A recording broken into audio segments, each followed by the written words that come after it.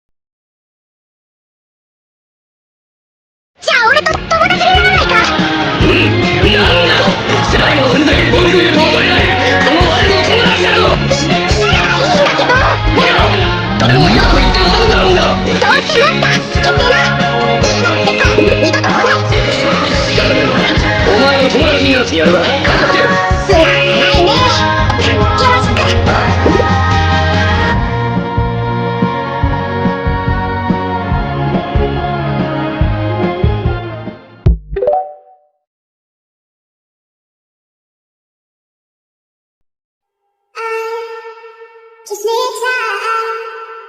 7, 1, 2. Where are you?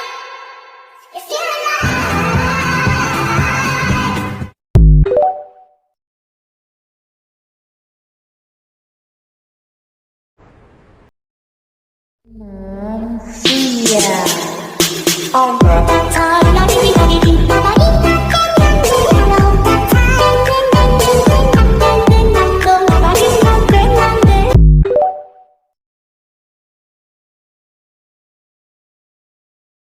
俺の一連の攻撃を防ぎ切ったら貴様の勝ちでいい。ただしこの俺剣聖ガデルドワルゴの剣を甘く見ないことだ。わかった。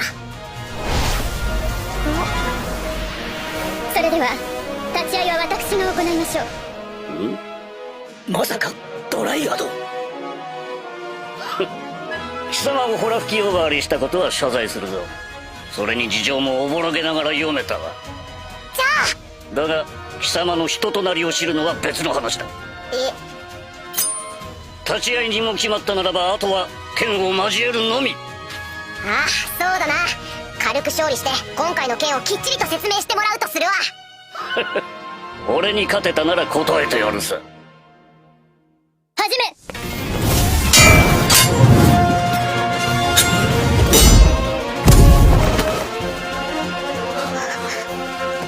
貴様の力はそんなものなのかリムルよ。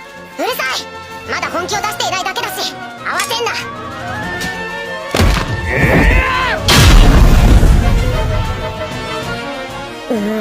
さすがに強いな。しかし簡単に負けるわけにはいかない。あの構えは。行くぞリムル。おもろ来てるぞオーライ。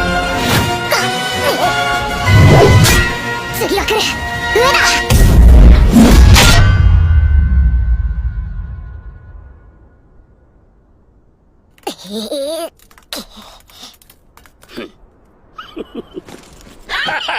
俺の剣を受け止めよったわ。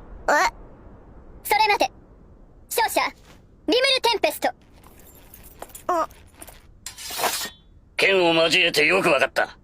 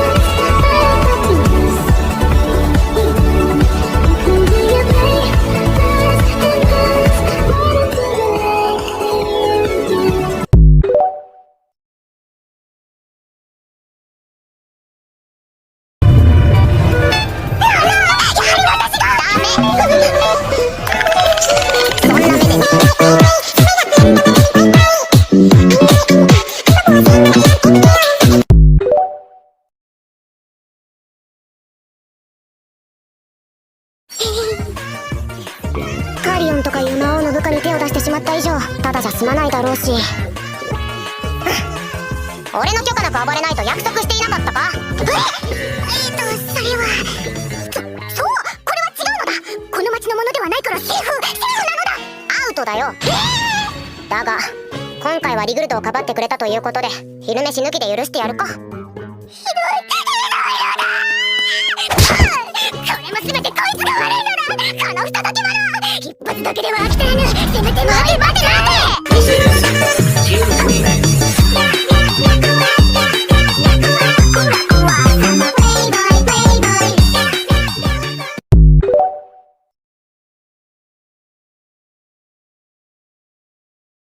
きっと愛のない環境で育ったんですね。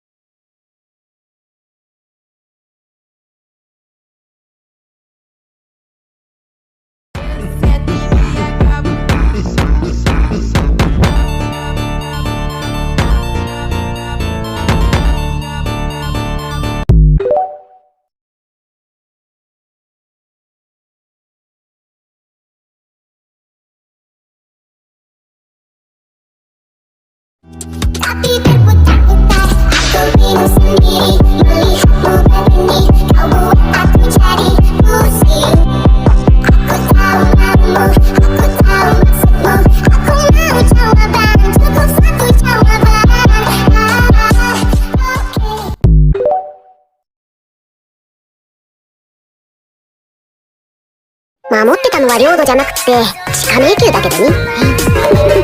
なんかバレてるような。今日はお招きいただき感謝しますわ。予定より遅れたこと深くお詫びいたします。私どもの主となったミリム様が長く行方不明で直前まで礼服を仕立てることができなかったものでして。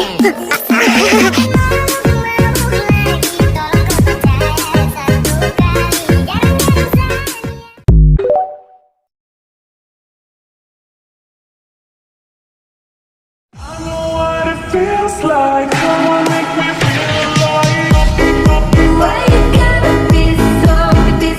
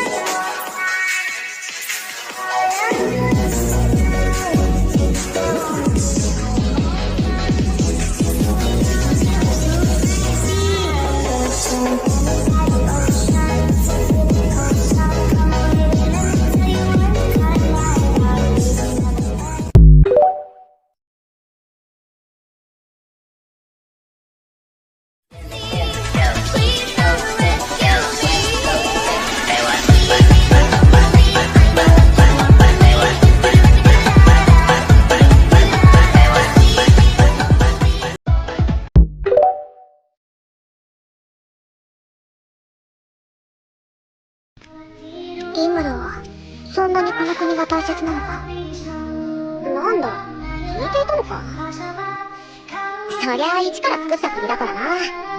町もみんなも残らず大切だ。怖くはないか。そんなたくさんの大切なものが、つながりが一つでもなくなると考えたら、私は怖いのだ。大切なものはいつだって小さくてあっけないほど重い。きっと後悔する。作ったことを後悔するのだ。その時お前は今のままではいられなくなる。寝てろよ、もう。寝てろ。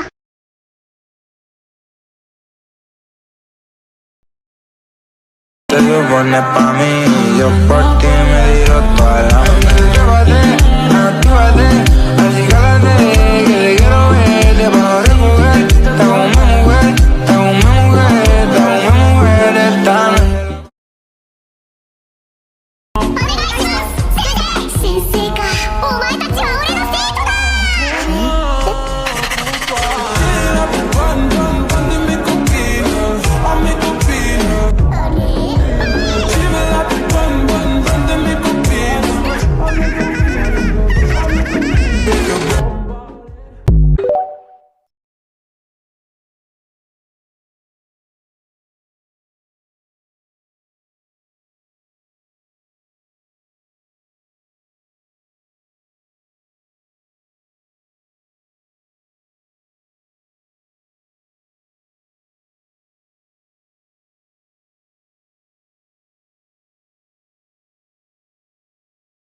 あ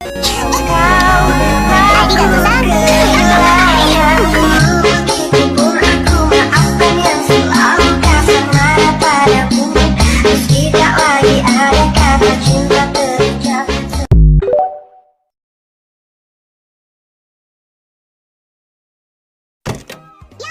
元気だったかお前たち。先生、来るのが遅い。そうですよ。ちょくちょく遊びに来てくれるって約束だったじゃないですか。俺たちのことなんて忘れちゃったのかと心配してたんだぜ。でも来てくれて嬉しいですよ、いい先生。おか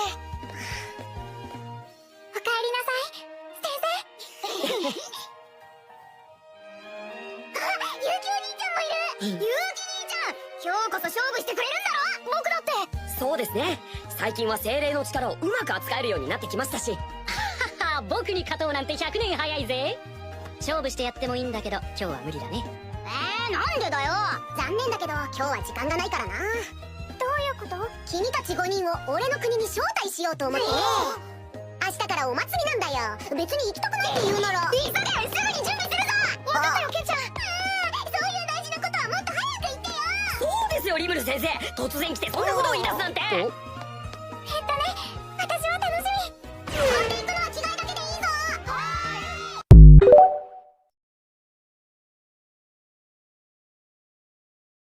シズ先生と違ってリムル先生はちょっと卑怯なとこあるもんね。ちょっとどころじゃないわよ。リムル先生って一体。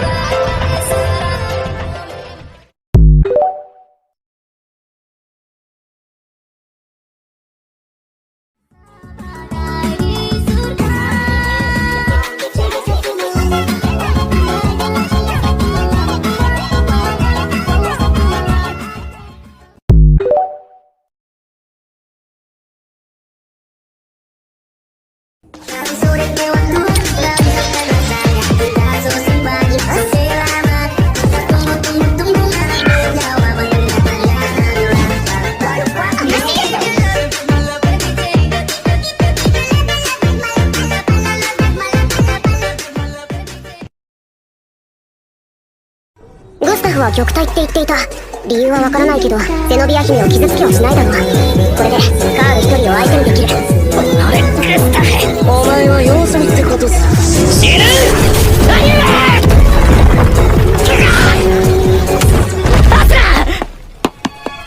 なぜだ、なぜ私をかばった。弱者が嘆く姿はいつ見ても優越であるぞ。もっともっと私を喜ばせてくれ。俺はあなたを守る盾であり、あなたの敵を撃つ剣でありたいと幼き頃より願っていた。アスラン、私はお前を。はいはい、邪魔だよ。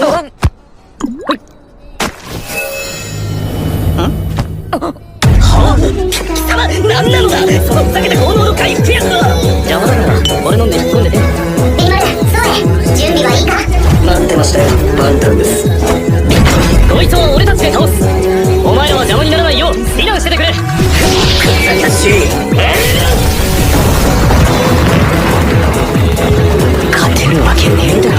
相手はアークで、それも2体なんだぞ。A ランクの冒険者が10人いても勝てるかどうか。A ランクでさえない俺なんて。俺、英雄になりたかったんだ。気づいてたよ。あの人が、俺なんかが逆立ちしたって勝てない実力者だって。あの棍棒だってきっとユニーク武器に違いない。そんな貴重なものを俺を信用して渡してくれたんだよな。今は不当に逮捕されて城にいるって話だが、あの人なら悪魔を倒すことなんて。無茶をするな。できることを確実にやれ。やってやるぜ。俺は俺のできることをする。結果が失敗に終わろうとも胸を張って生きれるようにな。バカな、カールの魔法を打ち消しただと。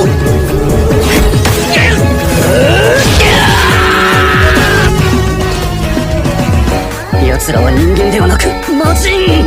まずいまずいまずいまずいぞ。何としてもこのよりしろだけは守らねば。我らが神を権限させるためにも。闇夜の帳を降りよう。根源たる負の感情よ、来たれ。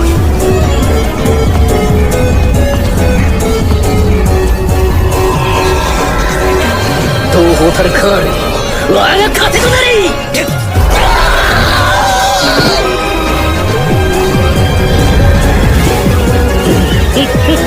この肉体では力を完全に御せる。あの魔人どもをほぐるには十分であろうて。それでは始めるとしよう。愚か者め、わしから逃れられるものか。暗黒魔法おいで。そこでおとなしい見ている。その娘を助けようとした心意気に免じて、わらわが貴様を守ってやろうぞ。何者だ。貴様のような小物に教える気などないわ。何。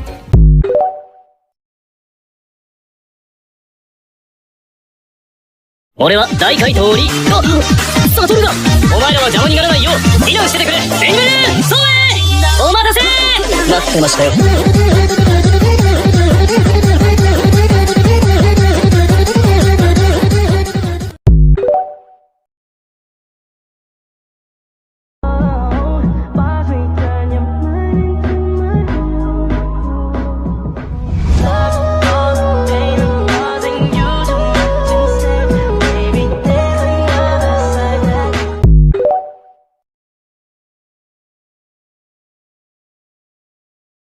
Lo mejor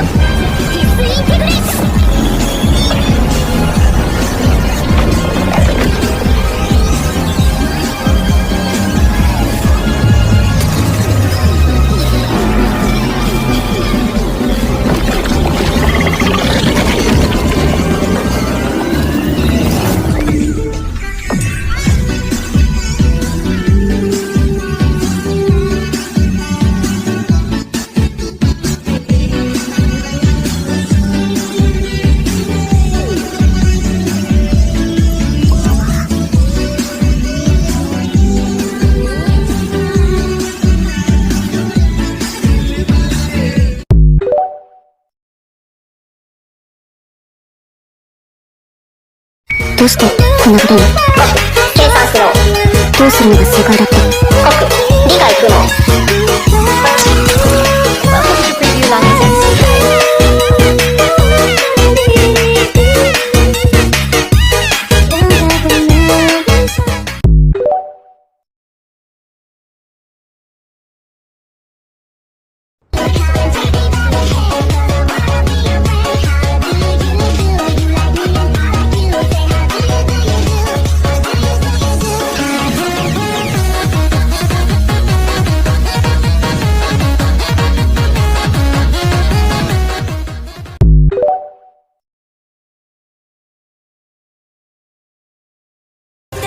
朽ちるまでの愛情、朽ちるまでの愛情、飲み込む君簡単に微笑む君として、子供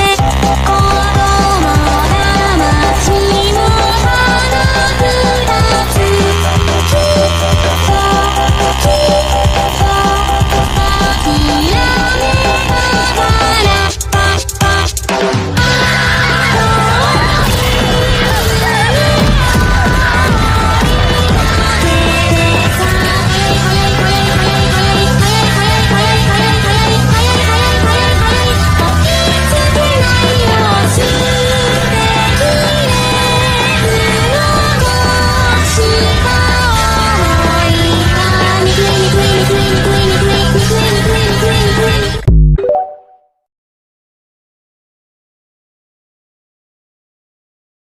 どういうことだ。一体何が。人間たちが容赦なく。人間たち。ベニマルはただ一言、ついてきてくださいと言うと、シオンは襲撃者が狙った子供をかばってる。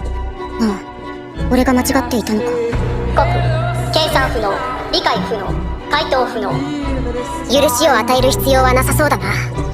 お前らには餌になってもらう。メギド！ Walking side by side.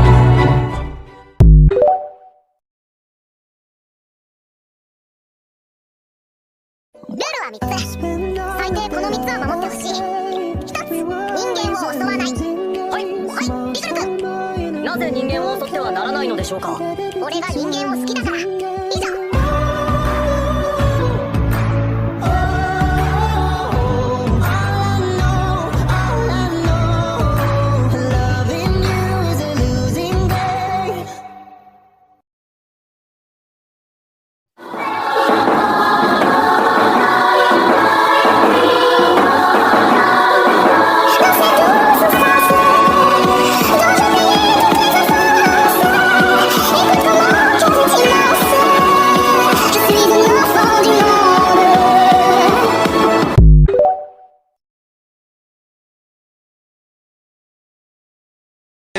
Menina linda, perigosa, rouba meu coração.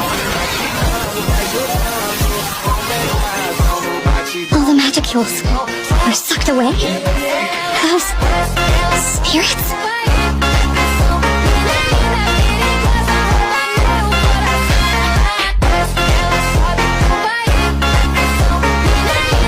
I don't believe it. This is the ultimate art.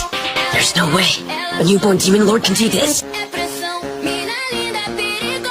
Even Lord Carrion can perform this. Magnificent.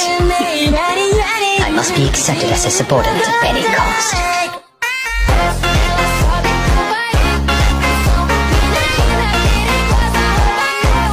Edited by Belden.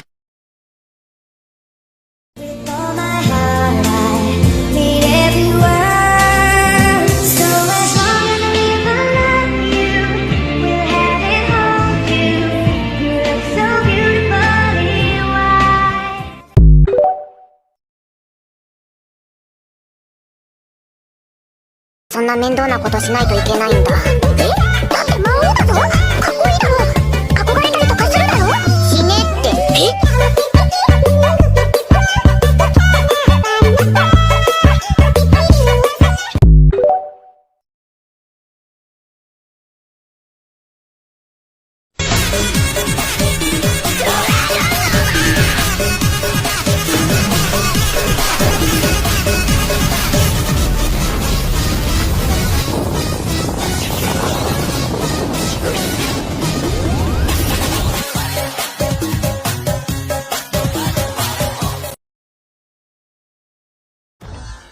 お目覚めになられたようで何よりです、我が君。ああ。無事に魔王へとなられましたこと、心よりお祝い申し上げます。誰だっけお前。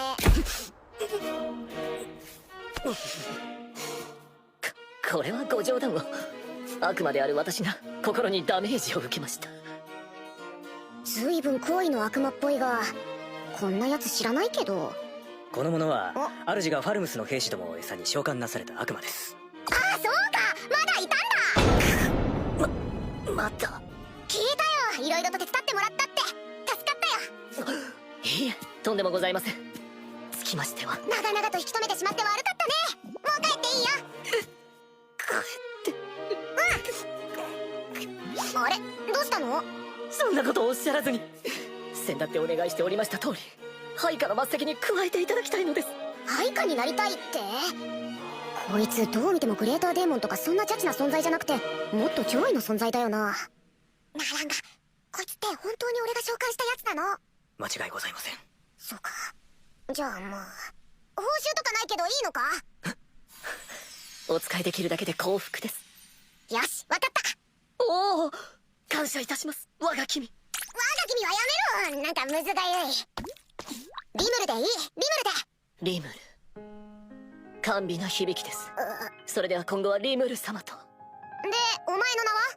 私など名もない悪魔で十分でございます。名前はないのか。じゃあ報酬代わりに名前をつけてやろう。なんと、それは最大のご褒美でございます。そうだな、悪魔だから悪魔っぽい名前がいいな。あ、お前の名前はディアブロだ。ディアブロ。もろに悪魔って意味だけど、そんな名前のスーパーカーもあったし問題なかろう。その名前にふさわしく俺の役に立ってくれ。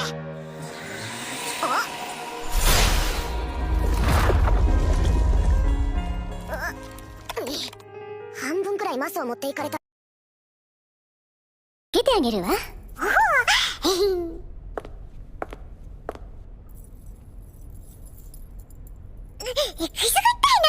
動かないで。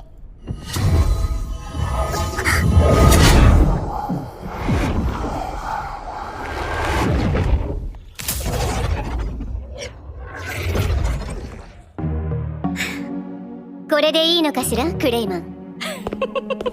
ご苦労様です。無事に金呪法デモンマリオネットが発動しました。これで最強の人形が手に入りましたよ。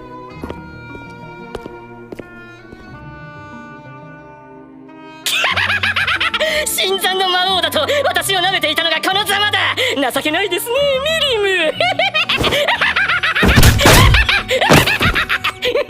やめておいた方がいいわよ。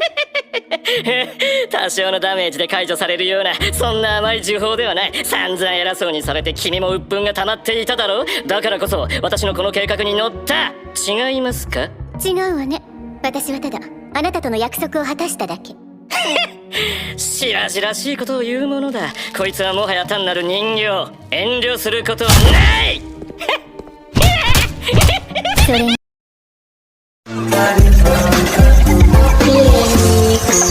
Dulu sakit, sekarang lega. Dari lama, udah gak pernah pusing. Dan hanya aku kuat tanpa drama. Sakit sekali.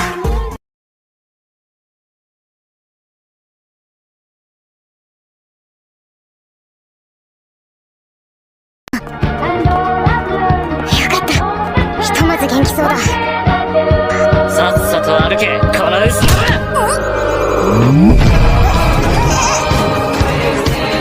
皆さんお待たせいたしました。クレイマン、俺の友達を殴った報いきっちりと支払わせてやる。楽に死ねると思うなよ。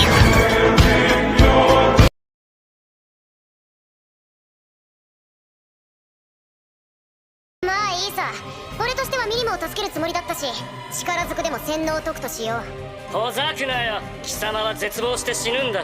死ぬのはお前だよクレイマン。俺が出たんじゃ弱い者いじめになるからな。俺の部下くらいがちょうどいい。なんだと？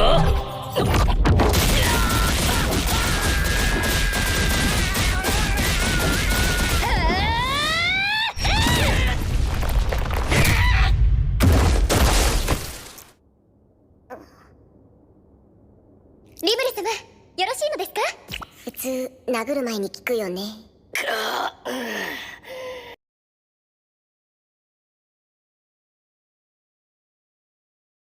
ではミリム、我と少し遊ぼうぞ。波動拳、波動拳、波動拳、波動拳、波動拳、波動拳。あの技どこで覚えたんだ？昇竜拳からのスプー逆鉄山拳カメハメ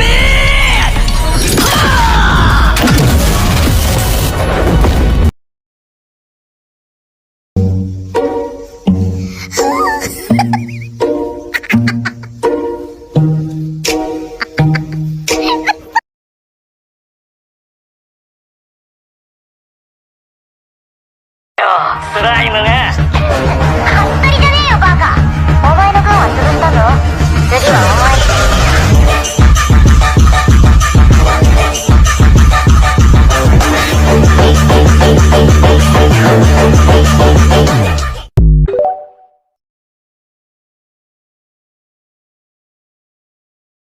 というかよ、お前が魔王の人数を減らしたのがこの問題の原因なんだぜ。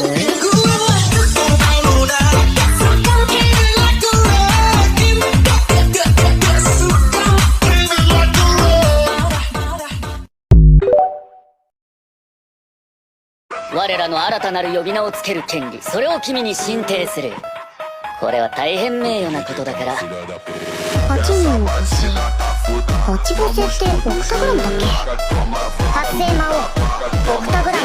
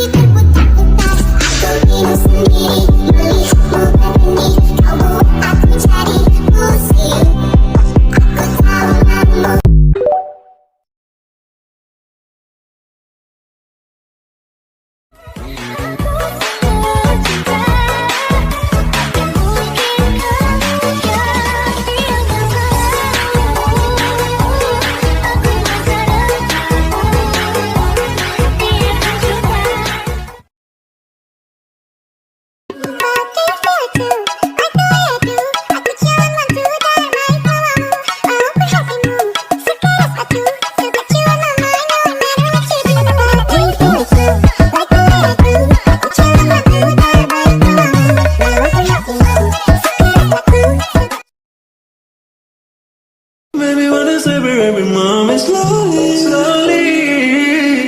That's that. Esta no quiero llegar.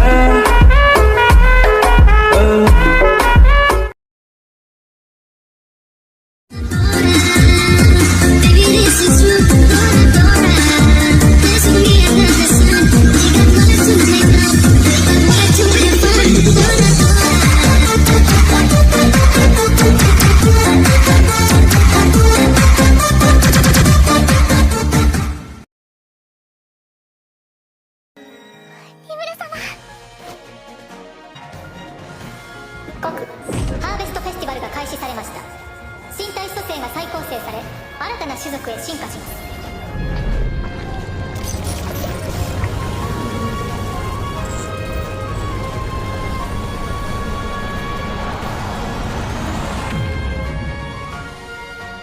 確認しました。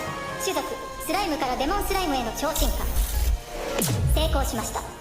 全ての身体能力が大幅に上昇しました。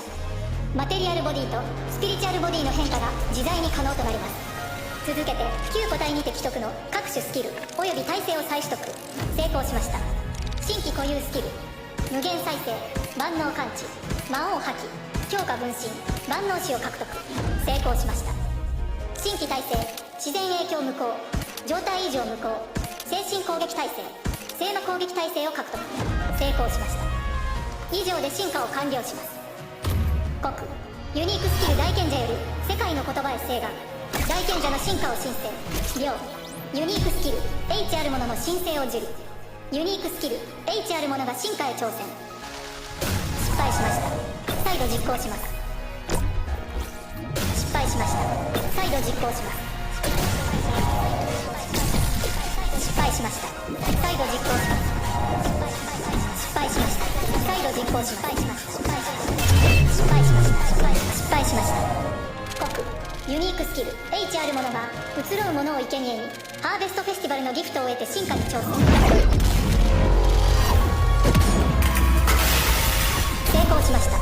ユニークスキル H あるものはアルティメットスキルラファエルに進化しました。グラトニーの進化を気球無慈悲なるものを生贄に実行。成功しました。ユニークスキルグラトニーはアルティメットスキルベルゼビュートに進化しました。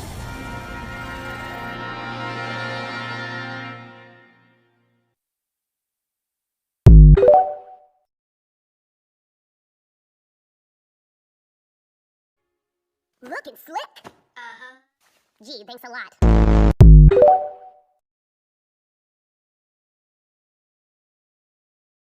My instincts are telling me that I must not defy this particular being. Hello, what brings you here today? Whatever you command, I, Ifrit, am more than willing to obey. Can we help you? Yes, this individual of the Ifrit race has no name and a meager ego. For this reason, you lack the essential basis to acquire skills. I recommend you resume your training. Right, as you wish. I, Ifrit, shall become a training beast.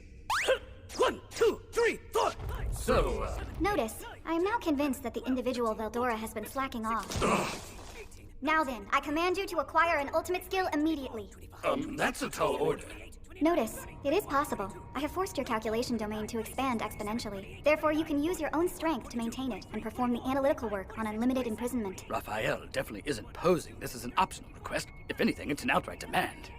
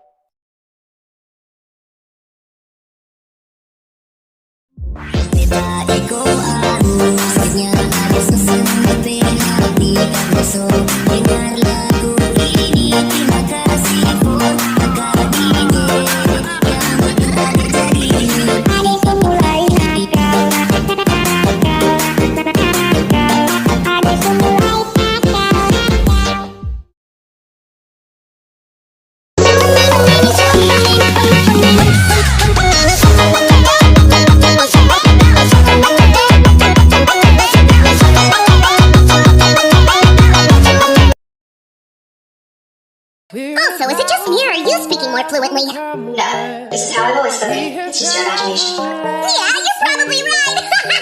Wait, like hell it is! You can't kid a great sage! Notice, the truth is that your unique skill, Great Sage, evolved into the ultimate skill known as Raphael. Raphael! You must be pretty amazeballs if you have an angel's name! Indeed, there is no question that I cannot answer. Is that so?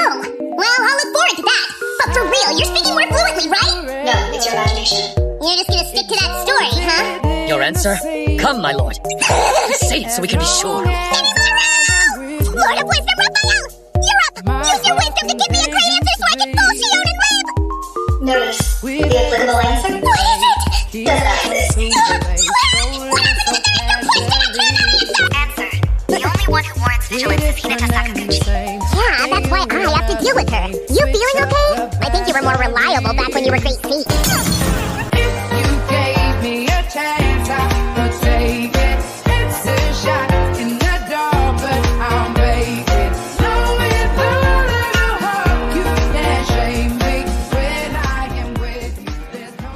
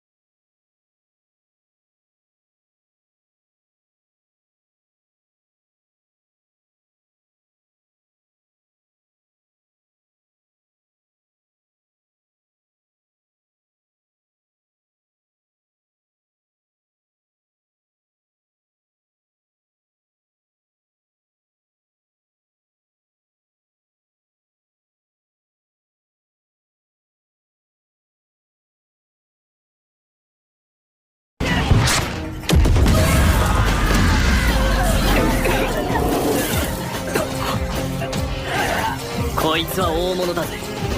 魔王リムル、いや一配下がこれほどのオーラを放つのか。我が名はシオン、リムル様の第一秘書だ。3回目標に対してホーリーフィールドを発動せよ。ホーリーカノン。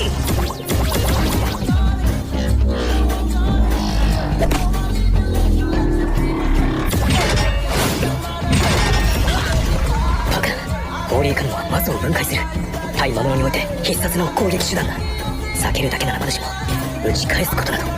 服従かしか、さっきそう問うたはずだが、これが答えか。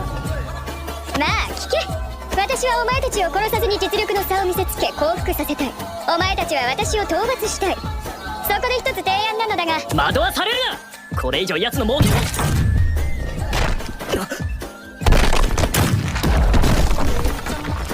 人の話を聞かぬ耳など必要あるまい。貴様、狙って耳を削いだというのか。その提案とやら聞くだけ聞こう。いいか、今からお前たちの最大の攻撃を私に向けて放ってみろ。耐え切ったら私の勝ちだ。おとなしく私たちの軍門に下るがいい。どうだ。はあ、まさか本気で私たちを殺したくないのか。いいぜ、その提案受けてやる。待てギャルド、少し話を。うるさいわ。さっさとやるぞお前ら。俺に霊力を同調させろ。はっ。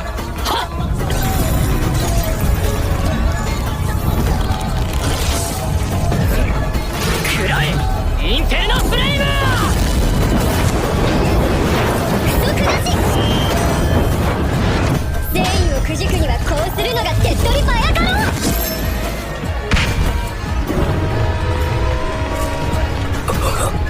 信じられる。さあ約束だ。私たちの軍門に下るがいい。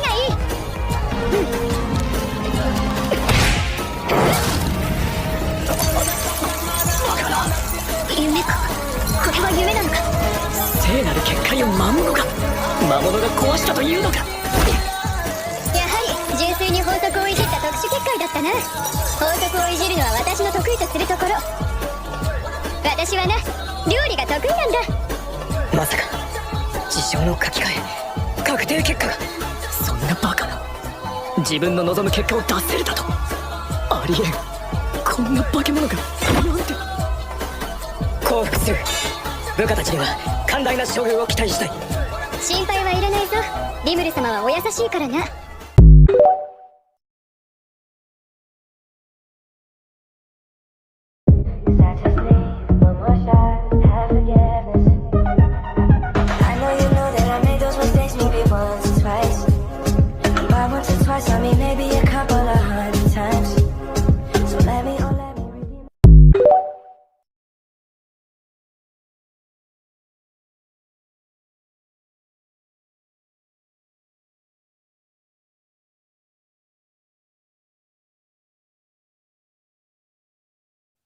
じゃあ始めるか。そうね。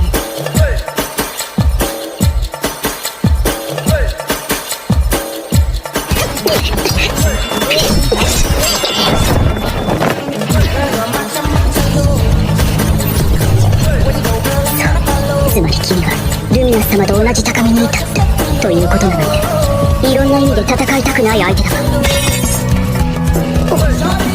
急に降参か。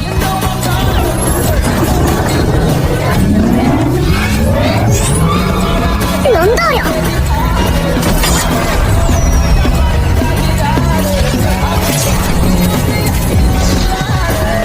生まれてよかった。内容品で心もとないわ。準備はできた。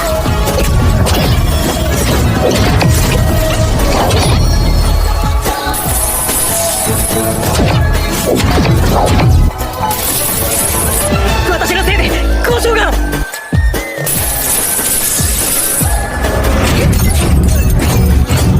ラファエルのサポートを受けてもこれか。正直もう少し楽に勝てると思ってたんだけどな。本当にすごい成長ぶりね。だけどそれはあくまでも身体能力に関してだけ。技量までは追いつかれているな。異世から受け継ぐ経験の差はある。冗談をやめてくれよ。こんなのが当たったら攻撃が決ま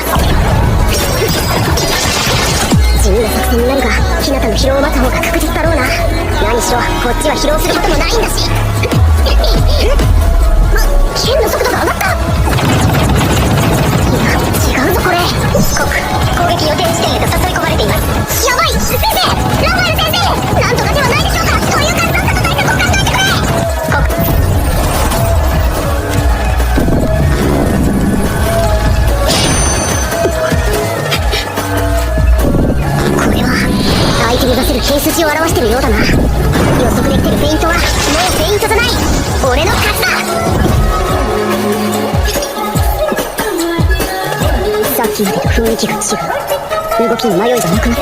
まるでこちらの剣の軌道が分かっていたようだ。偶然？違いない。これ私の予測エンジンよりも正確な思考が読まれている気が。なんだ。次で終わりにしましょう。私とあなたの戦いを。ただし先に言っておくが、この技はとても危険なのだ。それでも私の提案を受けてくれるかしら。日向坂口からはマスターを殺す意志が感じられません。なるほどね。それでわざわざ警告を。ってあれ？日向って俺を殺しに来たんじゃなかったの？それを見せたら簡単に真似されそうで嫌だったんだけどね。でもだからこそこれで決める。メルトスラッシュ！防御不能、回避不能、アルティメットスキルレーザービュートを犠牲にして相殺する策を進言します。迷ってる場合じゃないな。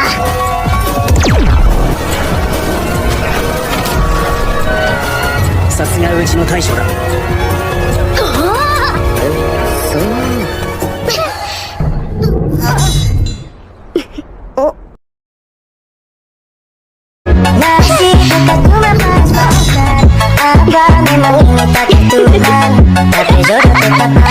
すごいね君。あの状況でわざと受けたね。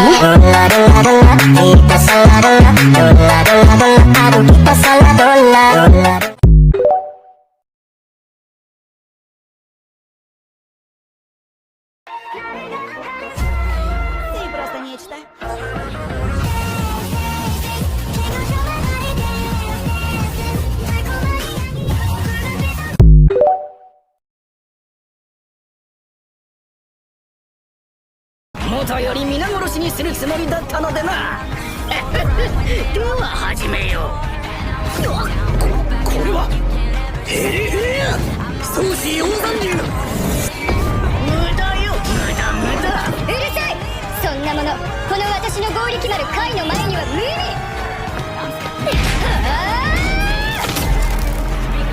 バカめ、そんな剣で何が。ユニークスキル裁く者の確定結果によって事象を書き換えた模様。本当にデタラメなやつだ。可能性は低いとはいえ個体名シオンの攻撃はマスターを害する可能性があります。マジかよ。まずい、このままでは魔法陣が崩壊する。かくなる上はこのまま放つぞ。死に耐えるがいい。トリーディーブレイク。アルティメットスキルベルゼビュートを再起動します。ち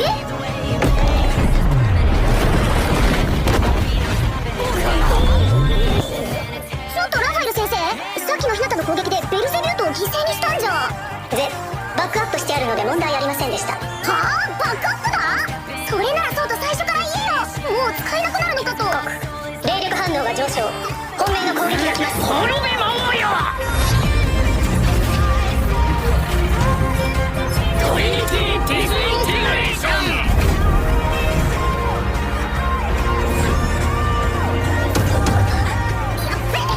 さすがにこれはベルゼビュートじゃ無理だ。問題ありません。アルティメットスキルウリエルの絶対防御を発動させますか。ウリエル？ああ、能力の統廃合してる時にラファエル先生がしれっとゲットしてたやつだっけ。っていうかさ、絶対防御なんてあるならさっきベルゼビュートを犠牲にしなくてもよかったんじゃ。とりあえずイエスさ。それはさておきラファエル先生後でお話があります。喜んで。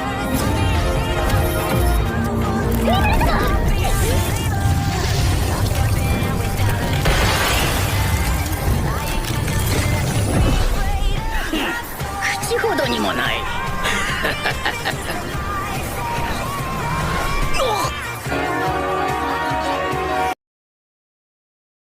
今回は我らが引こう。だがいずれ神ルミナスの怒りが貴様たちを焼くであろう。何やつ。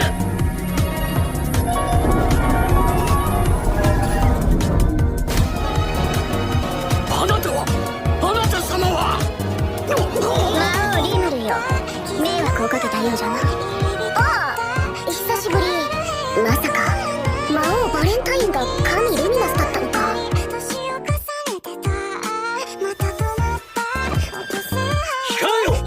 世は法を類である。そしてこちらにおわすお方こそ我らが神ルミナス様であらせられるぞ。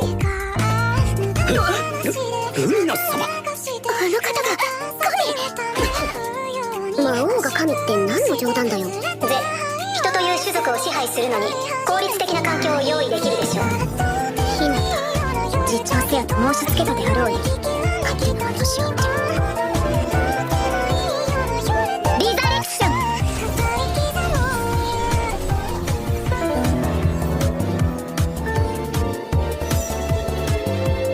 なんで魔王が神聖魔法をってのはこの際忘れよう。これは孫を勝たなく神の奇跡だ。死罪じゃ。せめてわらわの手でそなたたちを死を手向けよう。おぜひよ、私どもはルミナス様のおるために我らの長き忠誠に免じて何とぞ。デスブレッシング。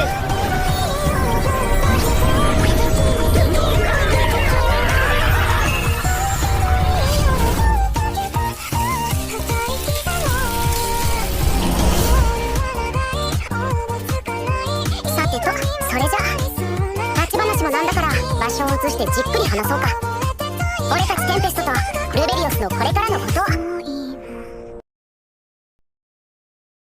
君は今何か失礼なことを考えなかった。いえ、それでリジウスに君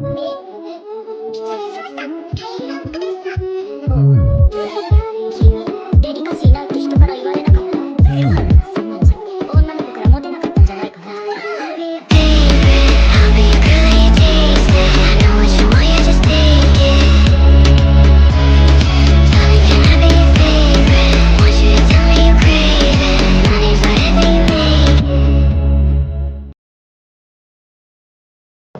来たかリムル、ついに我の最終防衛ラインの出番だな。ああ、すまん。最終防衛ラインさんの出番はなかったわ。何？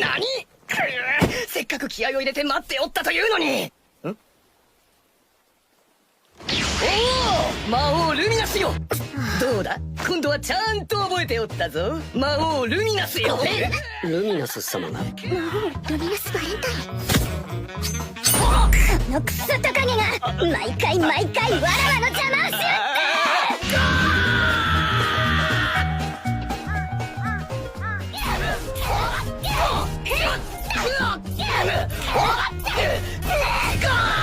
今までの恨み晴らさせてもらうぞ。エンブレイスドレイン。おお、対象からエナジー、つまりエネルギーを吸収すると同時に激痛と不快感を情報として逆流出させている模様。精神生命体であるベルドラさんでも答えるってわけか。話し合うぞ。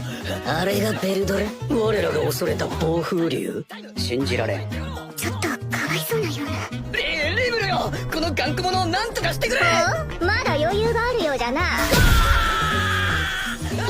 こうして俺とルミナスは和解。日向の誤解も解け、テンペストは正式に西側諸国で受け入れられることとなった。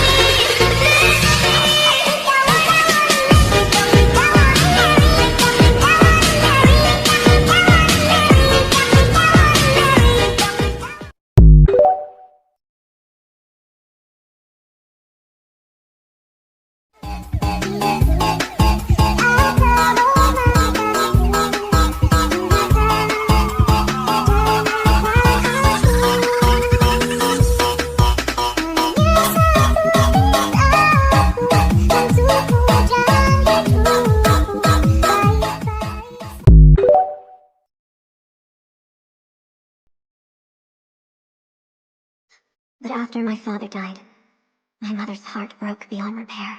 Dear, I talked to God this morning. Before I knew it, I lost all the things I cherished.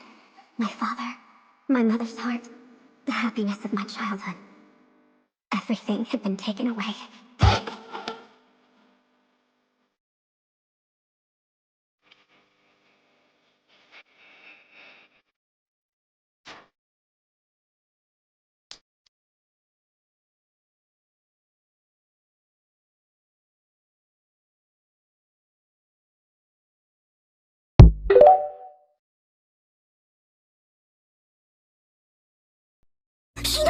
じ。この聖なる場所に戻ればいい。本当に無視でき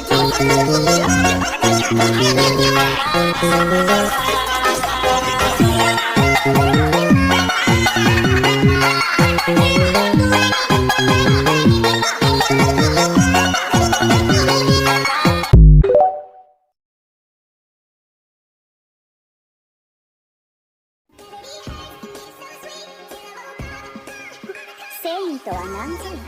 悪をくじくことか。仮にそうだとして、わらわの行いが悪かどうか、それを歪小な身で勝手に判断するとは何様じゃ。全ての自由意志を満足させる正義などない。それを行えると考える方が傲慢であろうよ。違うか。1週間やろう。わらわの腹心たちを倒せるお前なら七葉の試練を乗り越えられよう。その時こそわらわも本気で相手してやろう。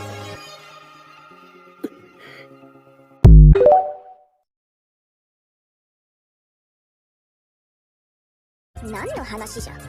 寵愛つまりラブエナジーです。最後の儀式からもう100年以上経ちます。ラブエナジーなんだそりゃ。手打ちはその後じゃ。いずれはそこのトカゲを成敗するつもりじゃがな。もう最悪ベルドラを差し出すのも悪くないか。ちょっと待てリムルよ、お前今かなりひどいことを考えておらぬか。気のせいだよベルドラ君。待て待て、お前が君とかつけるときは大概悪辣なことを考えておるではないか。騒がしい。様子になるな。悪くないもん。あのハムシども、この手で始末してやりたいが、それをすると正体がバレるからな。もっともそこのトカゲのせいでクルセイダーズにバレてしまったがな。悪くない。天使か。わらわとしても二度とわらわの都を破壊させはせんよ。ハムシどもにもそこのトカゲにもな。悪くない。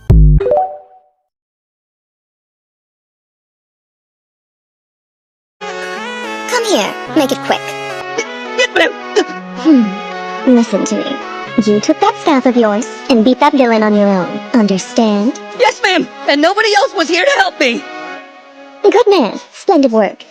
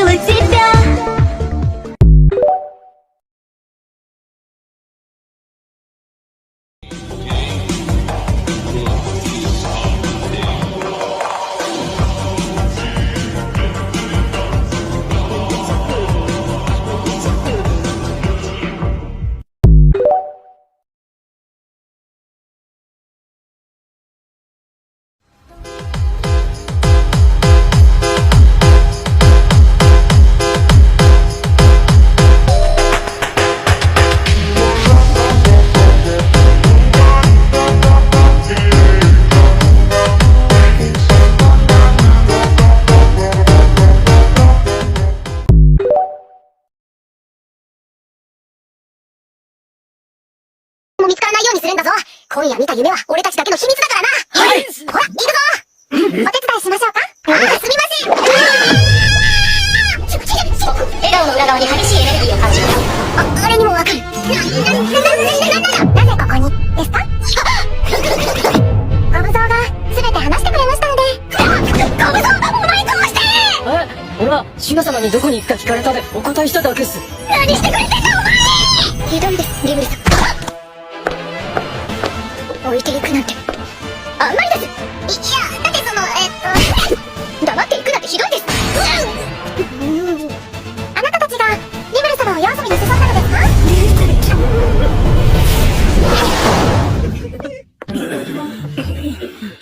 リムル様のなさりたいことをお止めするつもりなどありません。ただちょっぴり寂しかったのです。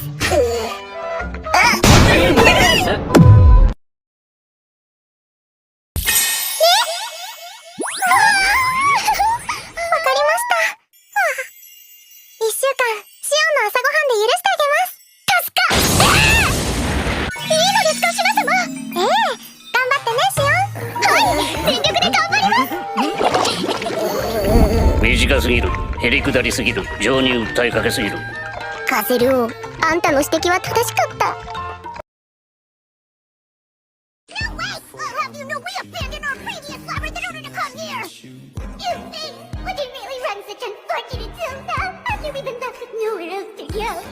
Complain all you'd like. This is Lord Rimuru's domain. He makes the rules. What do you think you're doing with that, trainee? Oh, hi, Lord Rimuru. It's not for the tiny house now, is it? Well, the thing is, yeah, I can explain. See, Lady Ramirez and I were just, hanging out. Explain this, Beretta. Right away, Lord Rimuru. Let things continue on like this. Why, I propose we move somewhere else. Aren't you bored of staying here all the time? The only fun to be had is making golems, and other than you two, there's no one else to play with. That's why we should pack up our things and go live in Tempest. Didn't Lord Rimuru reject your request last time? Beretta, you're making this overly complicated. This is utterly ridiculous. Why do they think this time will be any different? Good grief.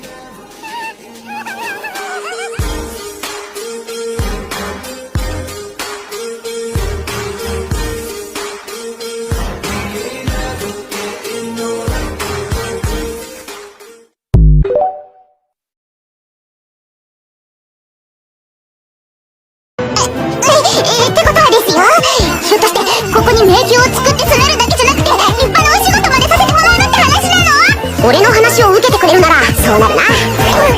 じゃあさもしかすると無職の引きこもりという現状を打破できる。よかったですわ、ダメでしたわ。私にもお小遣いをくれるってそれって本当なの？それはマジ。ただしやってみないとどれくらい利益が出るかわからないけどな。必要経費を差し引いて出た利益の2割がお前の取り分ってことでどうよ。それってどのくらいになりそうなのよさ。そうだな、1日1000人程度の合計者が来るとしてお前の取り分は金貨2枚になればいい方じゃないか。その先がもらえるのでありますか？あくまでも予想だしうまくいくかどうかわからないぞ。なんといっても人が来なきゃ意味がないしな。でもどうせ住み着くつもりだったのならお前に損はないんじゃないの？これで私も大金をゲットできるってわけよ。もう無職だな。ピンポン魔王だのとバカにされることもなくなるのね。よっぽどバカにされてたんだろうな。おーい、どこに闘技場を作るか決めなきゃならないんだから戻っておーい。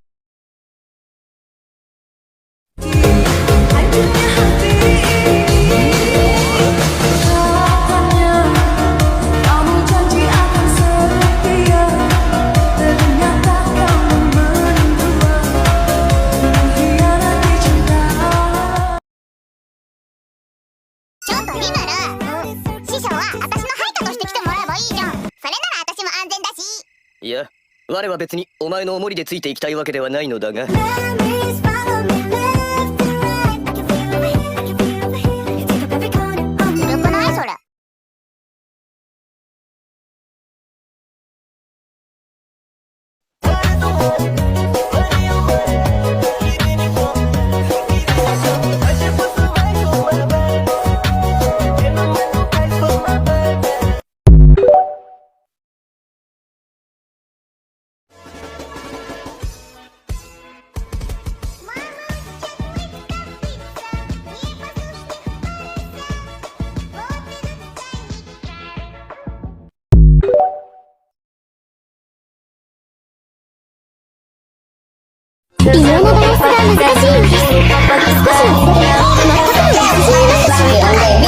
本来は俺が面白いんだろうな。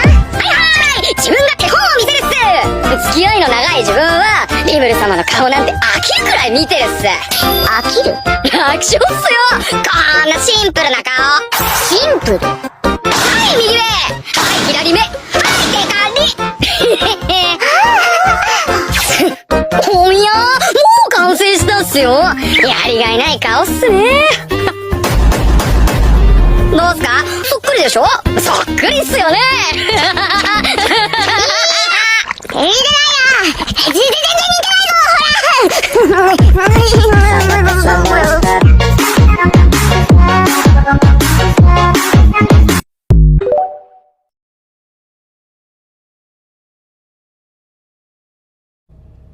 You looking like the phrase ladies and gentlemen.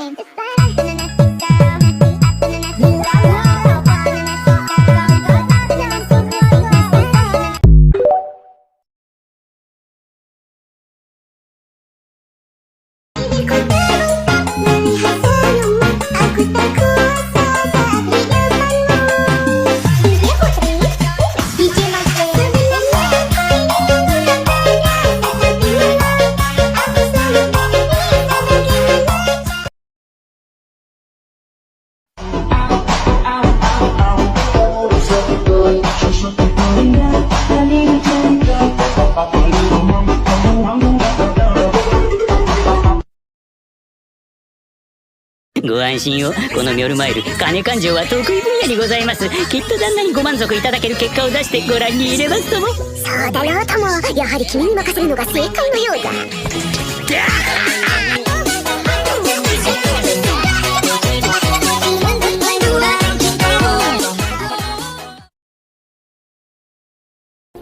All I am is a man. I want the world in my hand.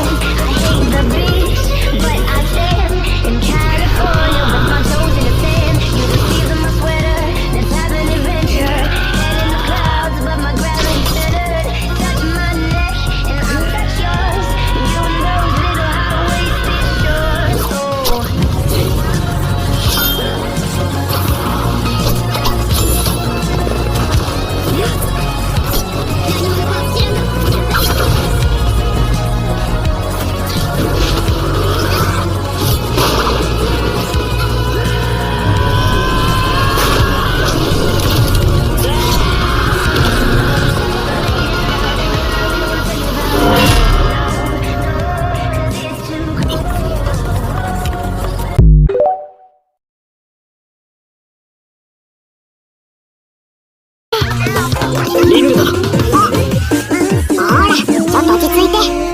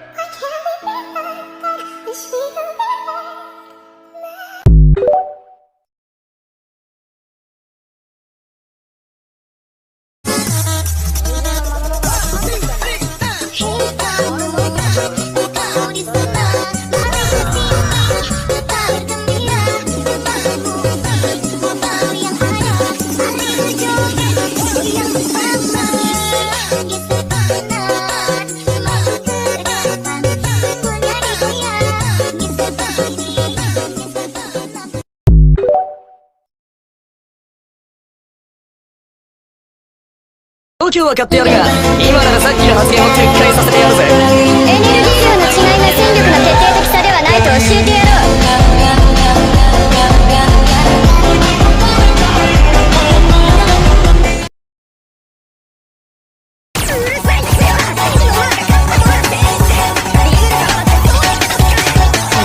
森を巻き込むのはやめてくれ。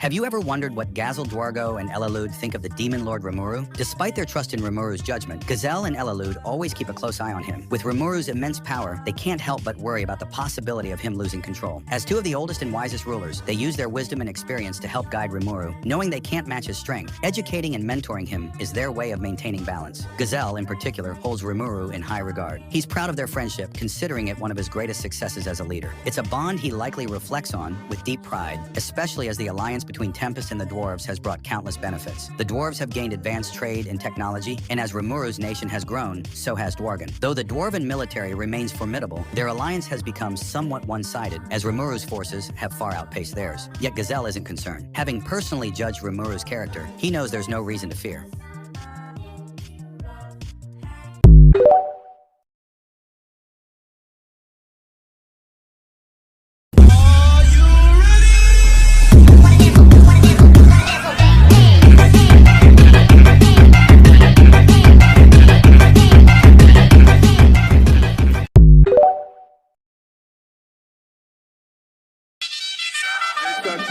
De lado, puxa amigo e vem dançar. Mostra tudo que cê sabe que o Livinho vai te olhar.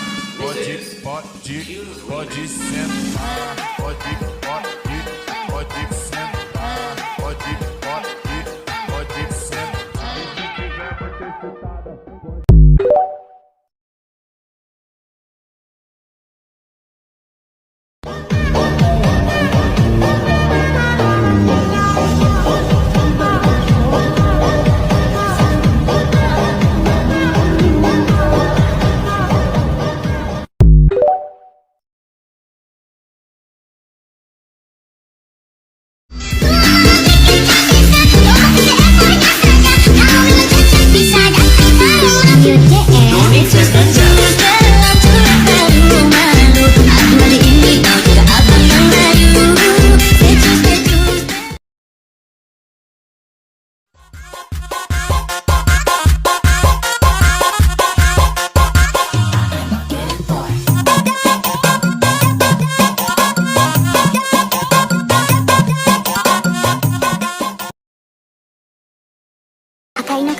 クス、意志なき邪悪なもののハウスドラゴンへと変貌していた。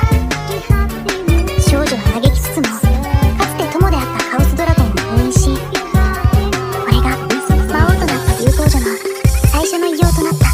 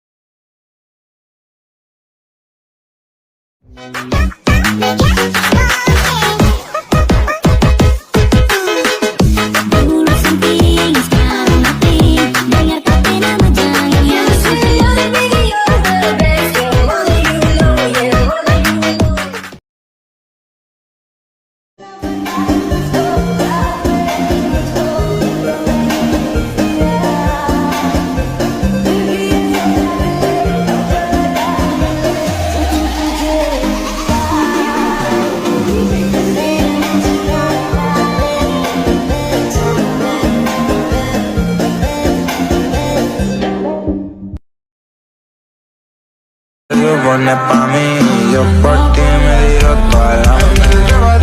Actívate, así cálate, que te quiero ver, te puedo recoger. Está como mi mujer, está como mi mujer, está como mi mujer esta noche.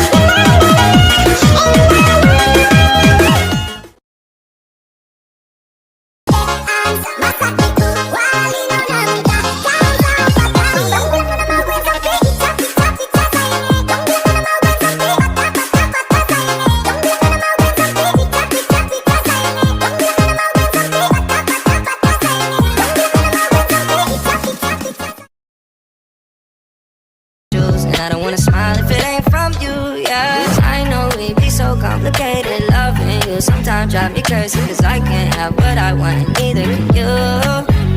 You ain't my boyfriend, I ain't your girlfriend, but you don't need to say nobody else, and I don't want you to say nobody, but you ain't my boyfriend, I ain't your girlfriend, but you don't need to touch nobody else, and you ain't tell nobody.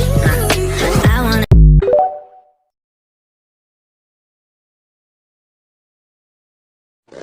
Rajadão tchereca Mac, a novinha se amarra. Rajadão tchereca Mac.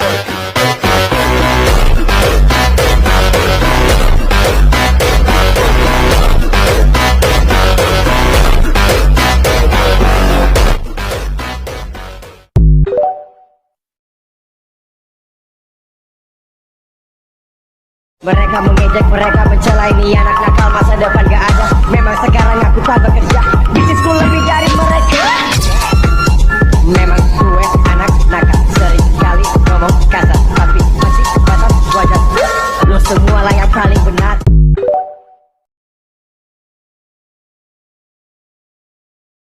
Can't escape, I'm running from myself.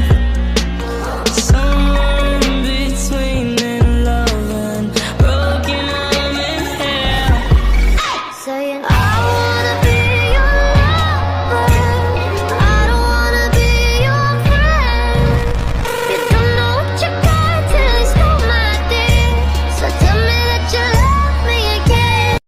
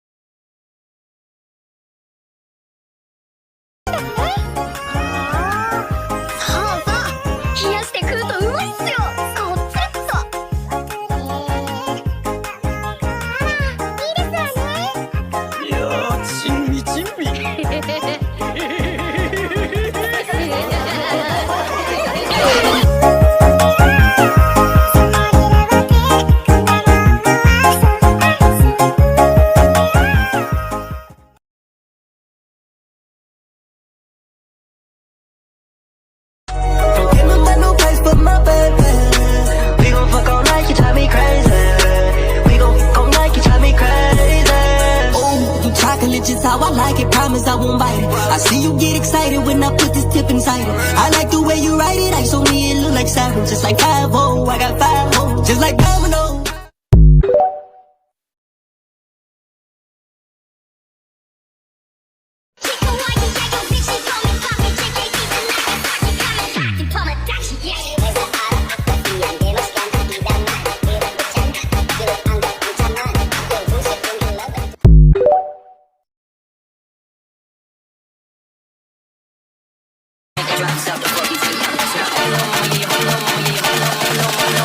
Hello,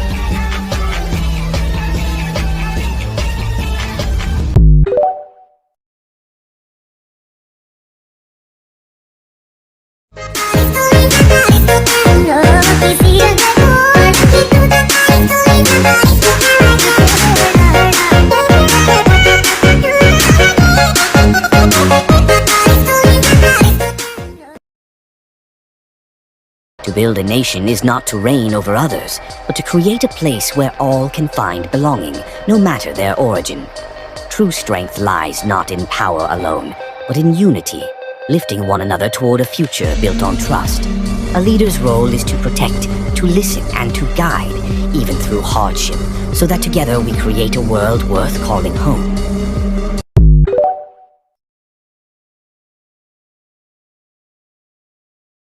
Power without ideals is rubbish, and ideals without power are pointless. I will give you my destruction and call it a blessing. Rest easy, I'll devour all your sins along with you. All I want is to develop a country where I can live a leisurely life. Ideals are just a bunch of raving without power to back them up, and power is just kind of a vacant void without ideals to back it up, isn't it?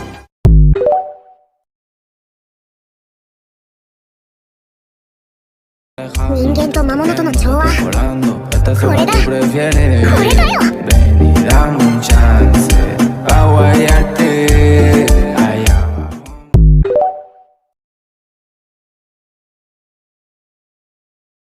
If you've read it, you should have sufficient reason to understand how much the great Demon Lord Rimuru cherishes his subordinates. To the Demon Lord's subordinates, to his people, Demon Lord Rimuru is not a symbol of horror, but an existence that parallels a parent. Even though this feeling of friendliness may be strategic propaganda by Demon Lord Rimuru, you'll be the judge of that. Hopefully, you will be able to make the proper judgment after reading this. Could it be that he's trying to deceive humanity, or perhaps trying to fit into human society from the bottom of his heart?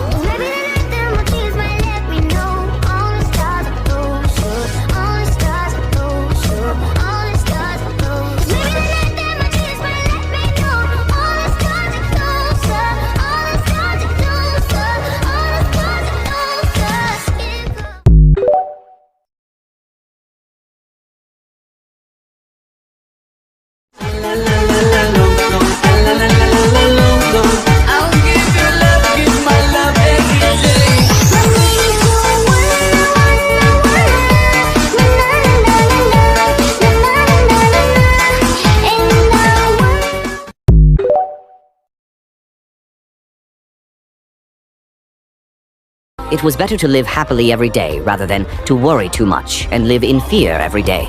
It doesn't mean that the place you escape to would be absolutely safe, but I guess you could think of it as a natural disaster because there's no point in thinking of it otherwise. There is a saying, do your best and wait for your destiny, meaning that it is better to do the best you can in the moment.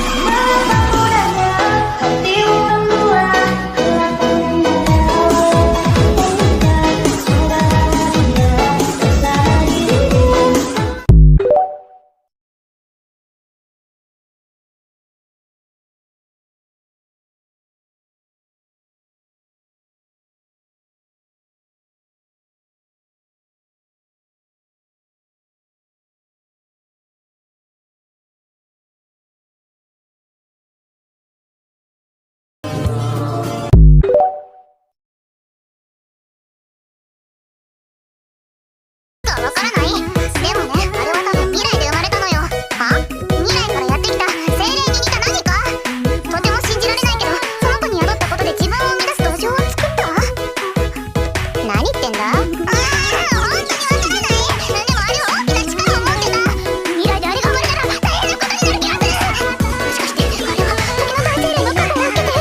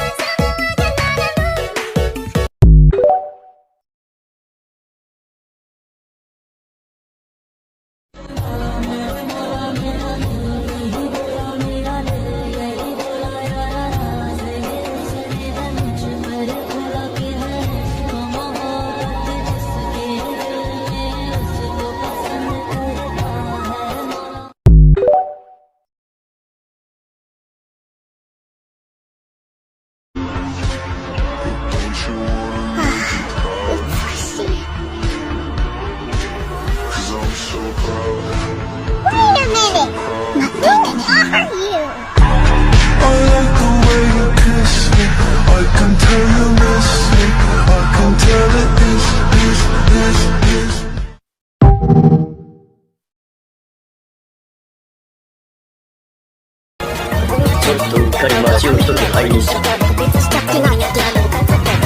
そんな我を討幕にした者がいる。ちょびっと相手をなめたのは間違いない。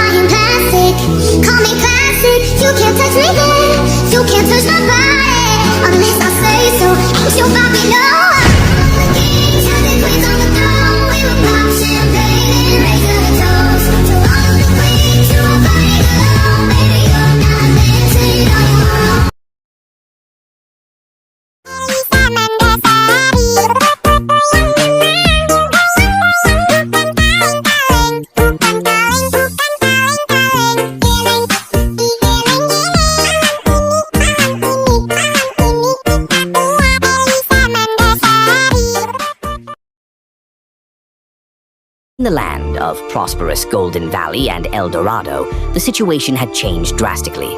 Platinum Saber. Leon Cromwell, who had once rejected himself from anything concerning human affairs, had now finally broken his long-held silence and raised his sword once more, to face the humans who once betrayed him. The news of Leon leaving his domain quickly spread to Yuki and the others. But still, Yuki still failed to understand his reasons and connections to the children under Rimuru's protection. Kigali and the others couldn't catch up with Yuki's train of thought. Unable to figure out his scheme, they were rather disgruntled. Glancing at his companions, Yuki gave a wry smile. Considering convenience alone, men like footmen sure are easy to use. Thus, Yuki chose to explain the matter to his subordinates in greater detail. He also informed Granbell of Maria Bell's death. Maria Bell attempted to challenge Demon Lord Rimuru and suffered a major defeat. As a last resort, she attempted to overload the magic power core, and due to the subsequent explosion, she was killed on sight. It was the same story that Yuki told Rimuru. He had thought about lying on the matter before, but he figured it was best not to.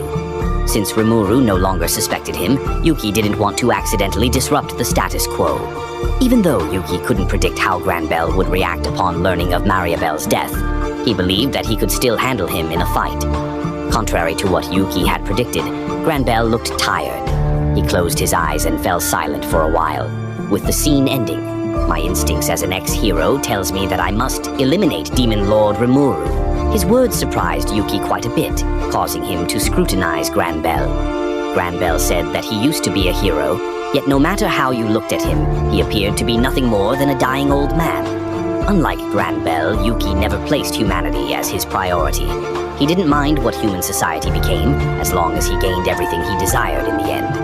There was something bothering him, however, and that was the secret treasure Granbell mentioned. It appeared that he intended to use this to defeat Demon Lord Rimuru.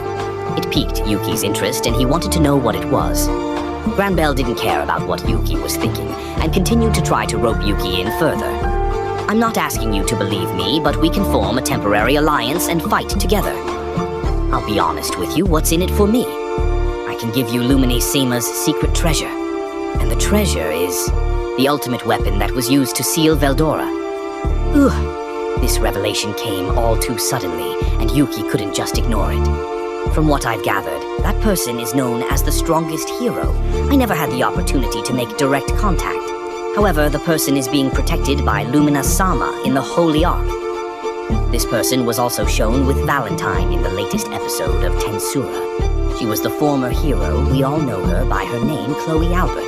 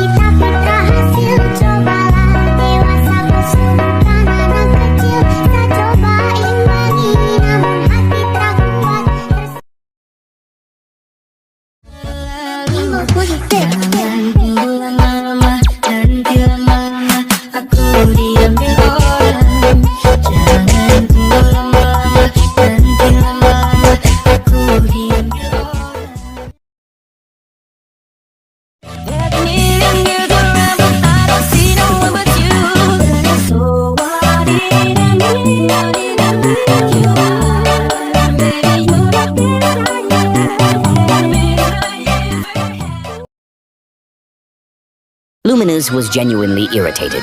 It just so happened that when she invited Demon Lord Rimuru to attend this musical exchange, the traitor Granbel decided to ravage the land. Such a miscalculation had been a first since the founding of Lubelius. She wanted to head directly to the Grand Cathedral and decimate all those troublemaking enemies. But out of her instinct and reason, she did not. Seeing how much of a wreckage the enemies were making, it must have been a distraction.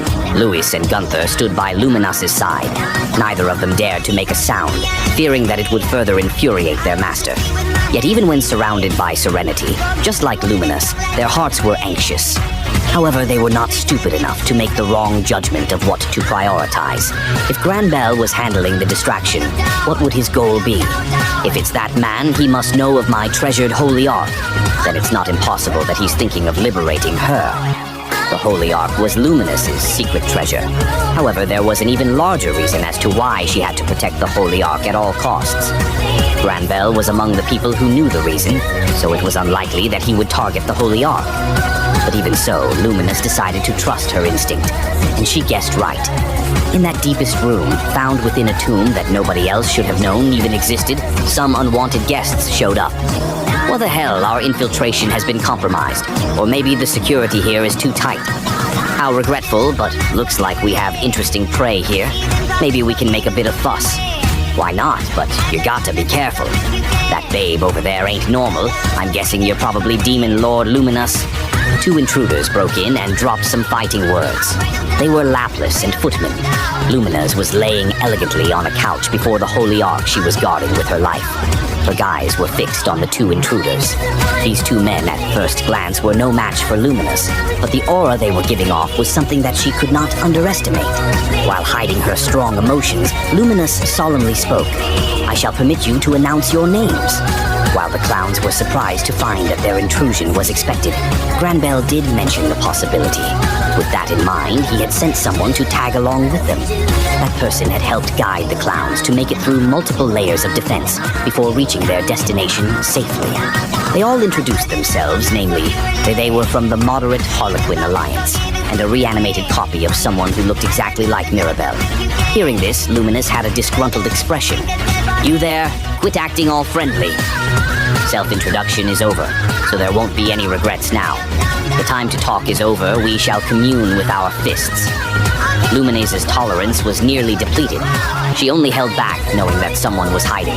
When the last person showed up, she couldn't take it any longer. The hell, you got a real short temper, no? We did finish our introduction. There's one more thing, though. Granbell wanted us to give you a message. Oh? Then I'm gonna give you the message. I'll be waiting for you on the ground. Come and fight me. If you don't come fast enough, the people you value are all gonna die. That's basically what he said. He's probably fighting that monster, Holy Knight Commander Hinata, right now. I wonder who's gonna win. Laplace went on and on before Louis shut him up with a sharp strike, one that Luminous had ordered with a wave of her hand, commencing the attack. As the battle raged on, Louis asked Laplace if he was the one who killed his brother, as he smiled with excitement, claiming that he was the one who murdered him. Every one of them were completely immersed in the battle at hand, and Luminous was just like them, her sharp gaze fixed on the silent, frail-looking Maria. A dead person, perhaps not. Has Granbell still not given up? Maria has already passed on. It wouldn't work even with my god's miracle resurrection. Luminous muttered to herself calmly.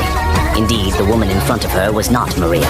It was merely something that resembled her. Very well, I must perform the last rites over you. Only the Holy Ark remained in the tomb. Mindful of causing damage to their surroundings, everyone had moved outside. Predicting this, a young man emerged from the shadows. Ha ha ha, I never expected this plan to be so simple. But it's true, just like Granbell said, Yuki sneered. While not completely convinced by Granbell's information, he hid his presence completely and followed. He was so well concealed that even Luminas was fooled. Yuki usually made sure to give off some of his aura so that he could completely conceal it during an emergency. Most people facing an opponent with a noticeable aura would get the impression that they were the stronger one, which made them more susceptible to getting careless. Knowing this, Yuki had made sure to exploit it whenever possible. During important occasions, that practice came in handy. This time was no exception. With little to no effort, Yuki acquired his target item. So, this is the Holy Ark. He put his hand gently on the icy coffin to feel its surface. Ah, that's what it's made out of. An entity purely composed of holy particles. So, things like this actually exist. It's so fortunate that I tagged along, Yuki thought to himself. The others probably wouldn't be able to even touch the exterior. It would likely burn up all their mana, yet with anti-skill, it had no effect on Yuki. He was the only one with the means to steal the strongest hero, and so he broke the coffin without hesitation. The secret treasure Luminous had tried so hard to protect was destroyed so easily. A beautiful young girl was sleeping inside. She had to be the hero Yuki came to seek. Oh, this girl's body is sealed too. Well, not that I can't dispel it, but maybe I'll just do it later. The security measure sure was tight. Yuki gave off a wry smile internally. A barrier stronger than the Holy Ark covered every inch of the young girl's skin. I suppose I'll take my time decrypting them at the base. Coming to that conclusion, Yuki's eyes fell on the girl's face. Who is this girl? I feel like I've seen her somewhere. There's no way. Her age was around 16. Her long, dark silver hair covered up her private parts. She was like a newborn, naked with not a single piece of cloth. I'll probably be accused of sexual harassment for doing this, but there's no time, Yuki muttered before picking up the beautiful teen. I got the hero. Now it's time to bail. As he finished, Yuki cracked an evil grin and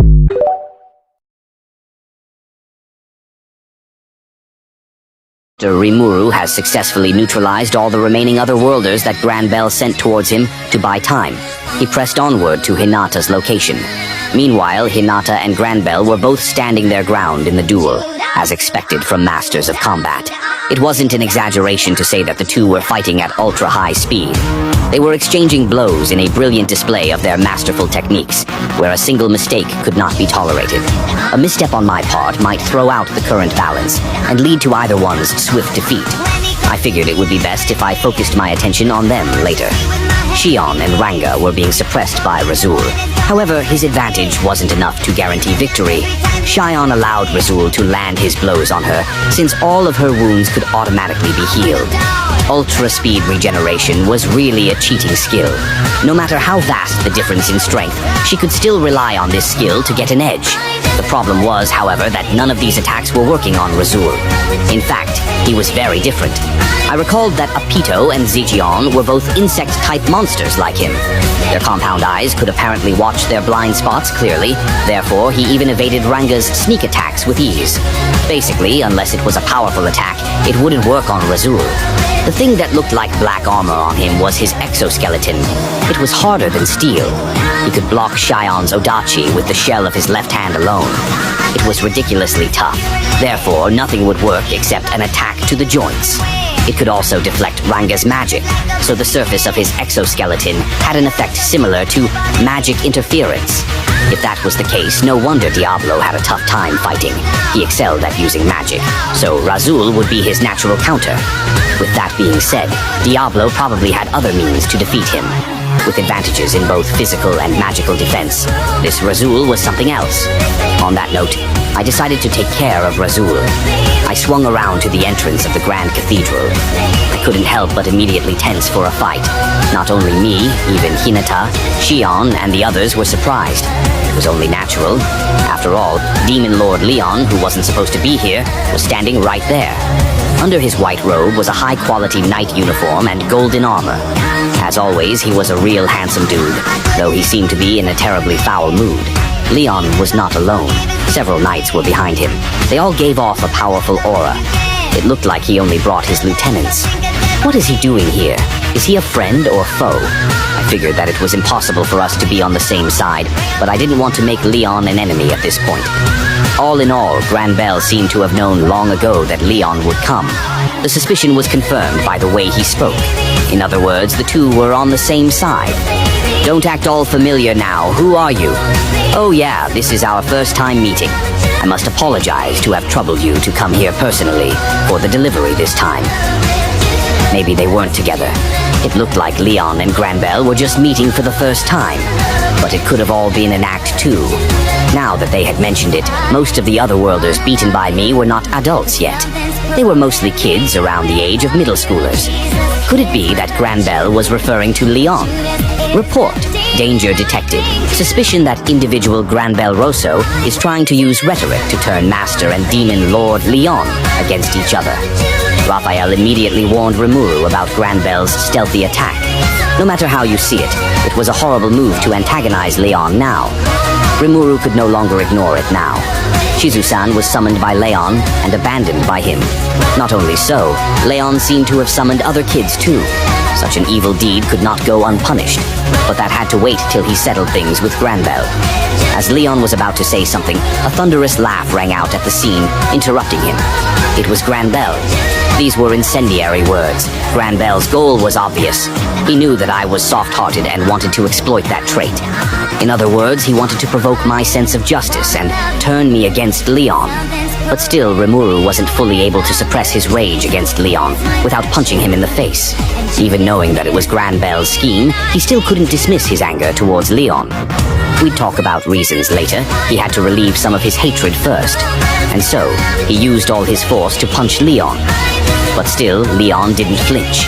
He stopped all his subordinates trying to protect him and looked straight into Rimuru's eyes. His fists were rapidly closing in on Leon's face, faster than his accelerated thoughts could follow. Leon didn't even budge.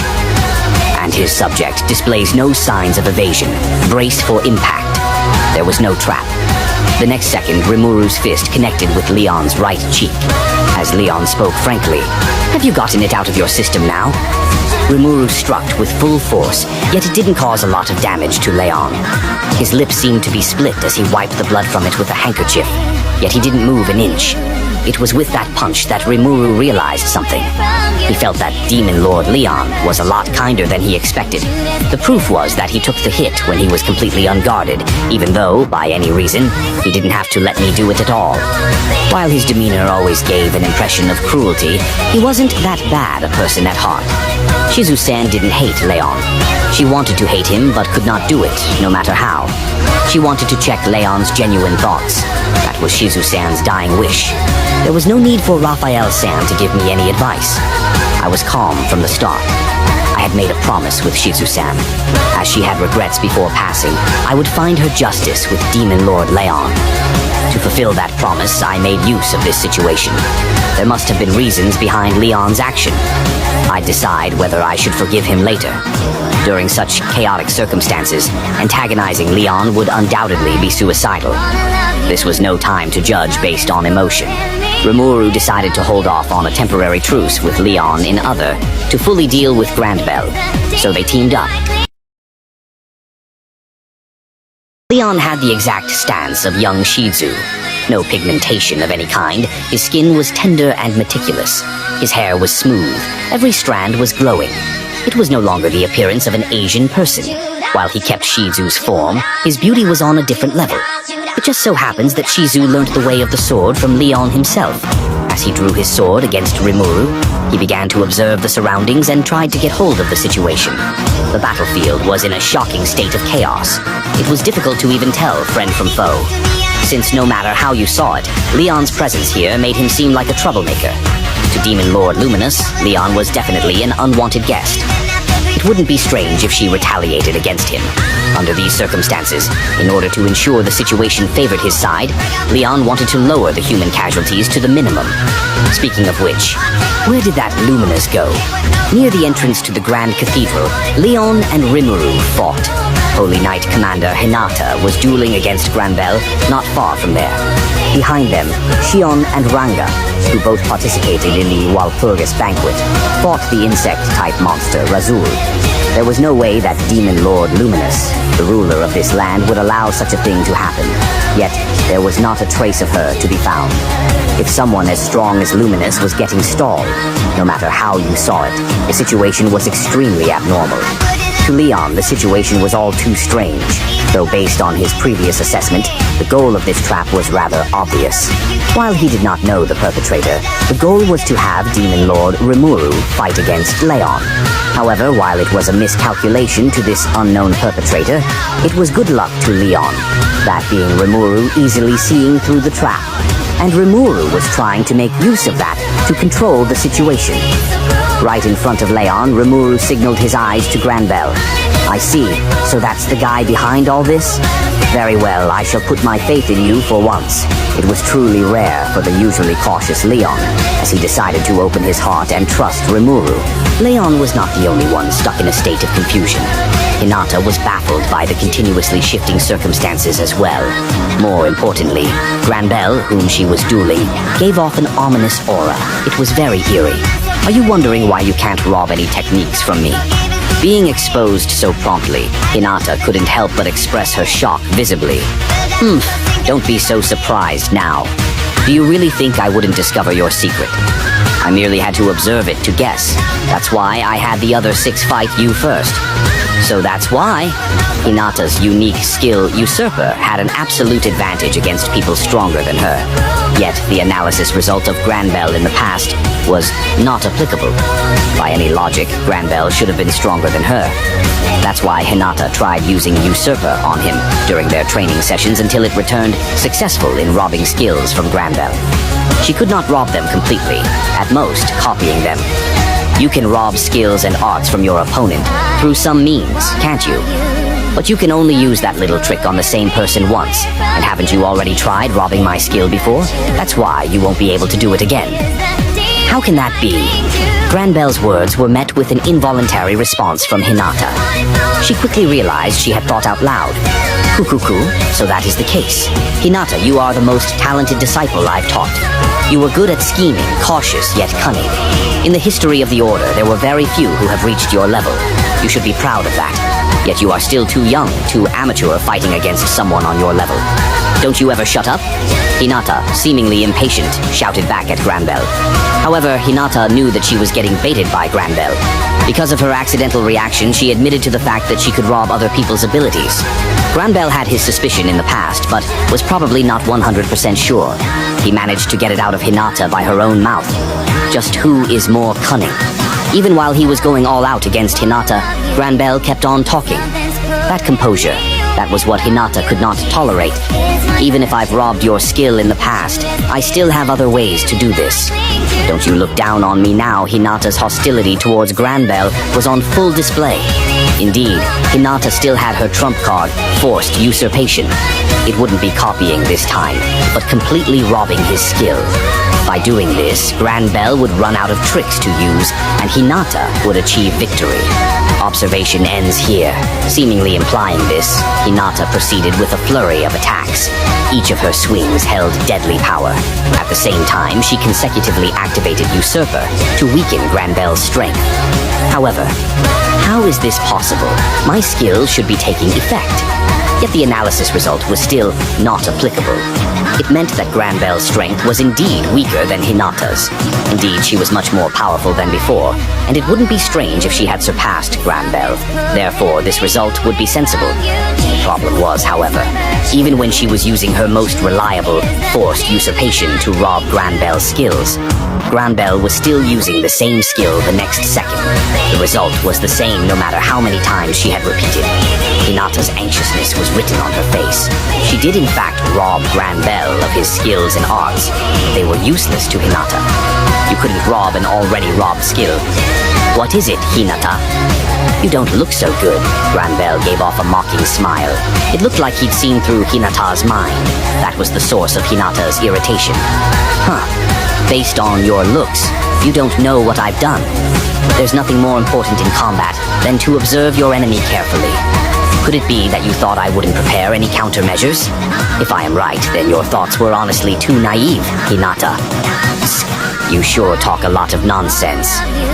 I can tell from the way you fight. You are good at fighting against opponents stronger than you.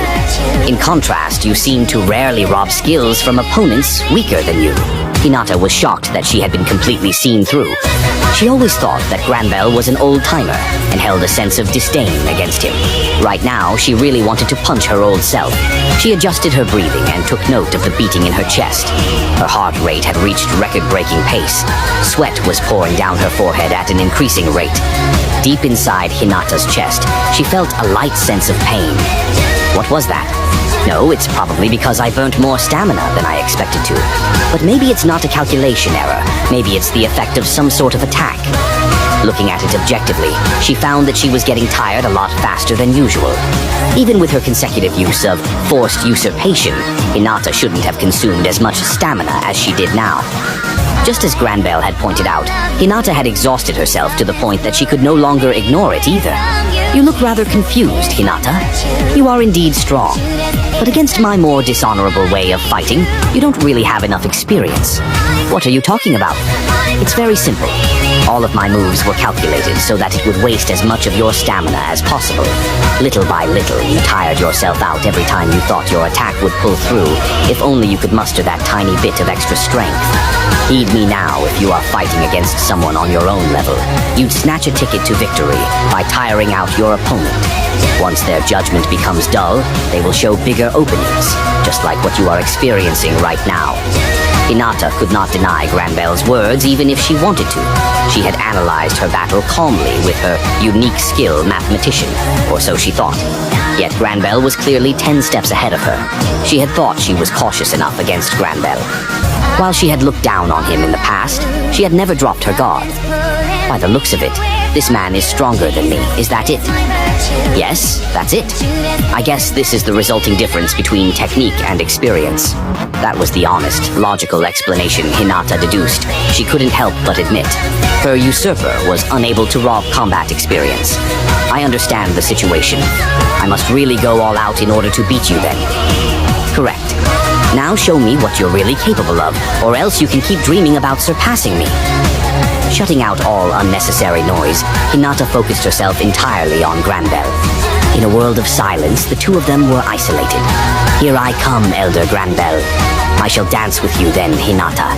As it stood, the battle between Hinata and Granbell raged on, fiercer than ever before. Minaze could understand Granbell's feeling as to why he resorted to heretical crafts like that, but her mind could only relate on a hypothetical level. Luminas was far from death, and therefore she could never truly understand sorrow and grief. Granbell and Maria were a very intimate couple, Maria was a saint's priestess, or saintess, that supported the hero Gran throughout his life. Gran wanted to share the burden of Saintess Maria, and thus they got stuck with each other. The two were so close that it made Luminous, who was their enemy at the time, jealous of them. It demonstrated the extent of Granbel's resolve to have turned his precious Maria into a familiar. However, she was abnormally strong, so he must have casted other dark spells on her. Luminous came to this realization because Maria had used countless special abilities during their duel. It was like she was invoking several unique skills at once, and even Luminous was having a hard time fighting her. While it's quite magnificent, it's still too weak. Granbel probably knew she couldn't defeat me. Then his goal here must be. A sense of uneasiness suddenly washed over Luminous as she pondered. She felt like she had overlooked something very important. Lumina-sama, the intruder has escaped. Louis is currently pursuing them, and I shall depart to join him. Gunther had returned to report to Luminous, yet he stopped halfway just as Luminous finally noticed what was wrong. Something was missing in the room, something very important. Gunther saw it. Luminous's heterochromatic eyes simultaneously darted to the same place. The carefully guarded holy ark from within the depths of the tomb had disappeared. Luminous was struck speechless. She was in complete shock and denial of what was in front of her. This shouldn't have happened. Stupefied, Luminous took a direct hit by Maria. Luminous-sama! Gunther's anxious voice reached her ears, yet Luminous had no time to be concerned. The pain quickly spread across her body, but she welcomed the stimulation to her senses. It helped her keep her cool. Part of Luminous's mind calmed down and began to think critically once again. That part forced her to accept the reality of the situation. Although she desperately wanted to deny the truth, she managed to pull herself together with her calm, analytical mind. And the reality was that the coffin made of holy particles, the Ark of Holy Power, had been stolen. Overwhelmed with rage, Luminous pierced through Maria's chest. Luminous unleashed the mana from within her body with a furious roar. Granbel, have you really come to do this? You dare! You dare! Test my limit, Gran! The tomb was instantly destroyed by a tsunami of immense power. Luminous's surroundings were filled with swirls of chaotic mana, to the point that she had become an aura of death. Gunther! Yes, I am here to serve. Find them. Flush out the invaders at all costs. Understood. No more words were needed. Gunther acted immediately, having understood Luminous's will. Facing an enraged Luminous meant that even Gunther could lose his life if he weren't careful. If this mission fails, Lubelius may face destruction, Gunther thought as he sprinted out as fast as he could. Luminous was the only one left at the scene, and was having a difficult time trying to simply suppress her anger. She began analyzing in a composed manner, knowing that if she were too reckless, it would only worsen the situation. Her thoughts needed to be detached from her emotions. To Luminous, this was only natural. Nonetheless, the incident had shocked her greatly.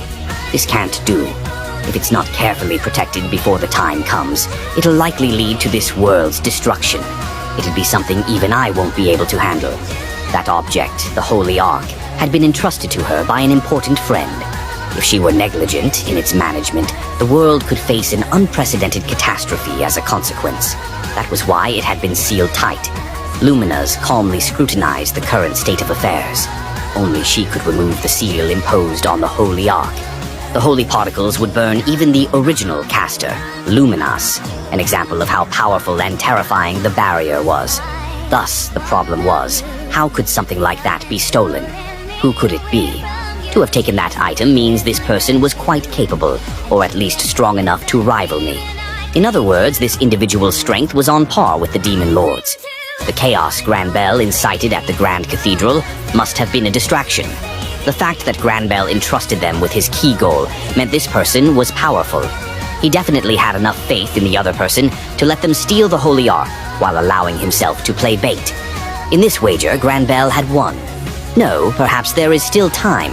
I can't show weakness at this point. Compared to that, right now I should... What did Granbel want with the Holy Ark? She needed to confirm this first and foremost.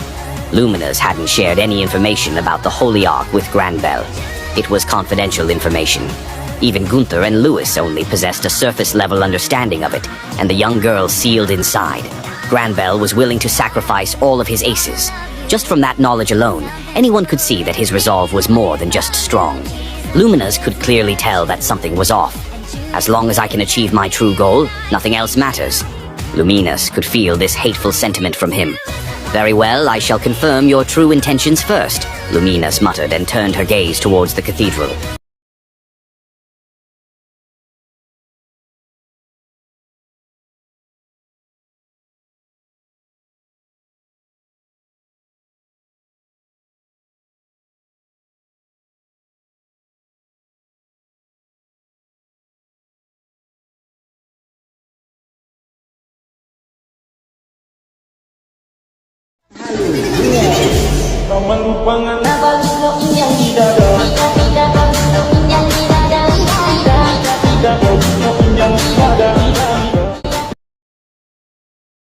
Diablo's multi-stage disintegration gradually broke through every defensive barrier of Rain's.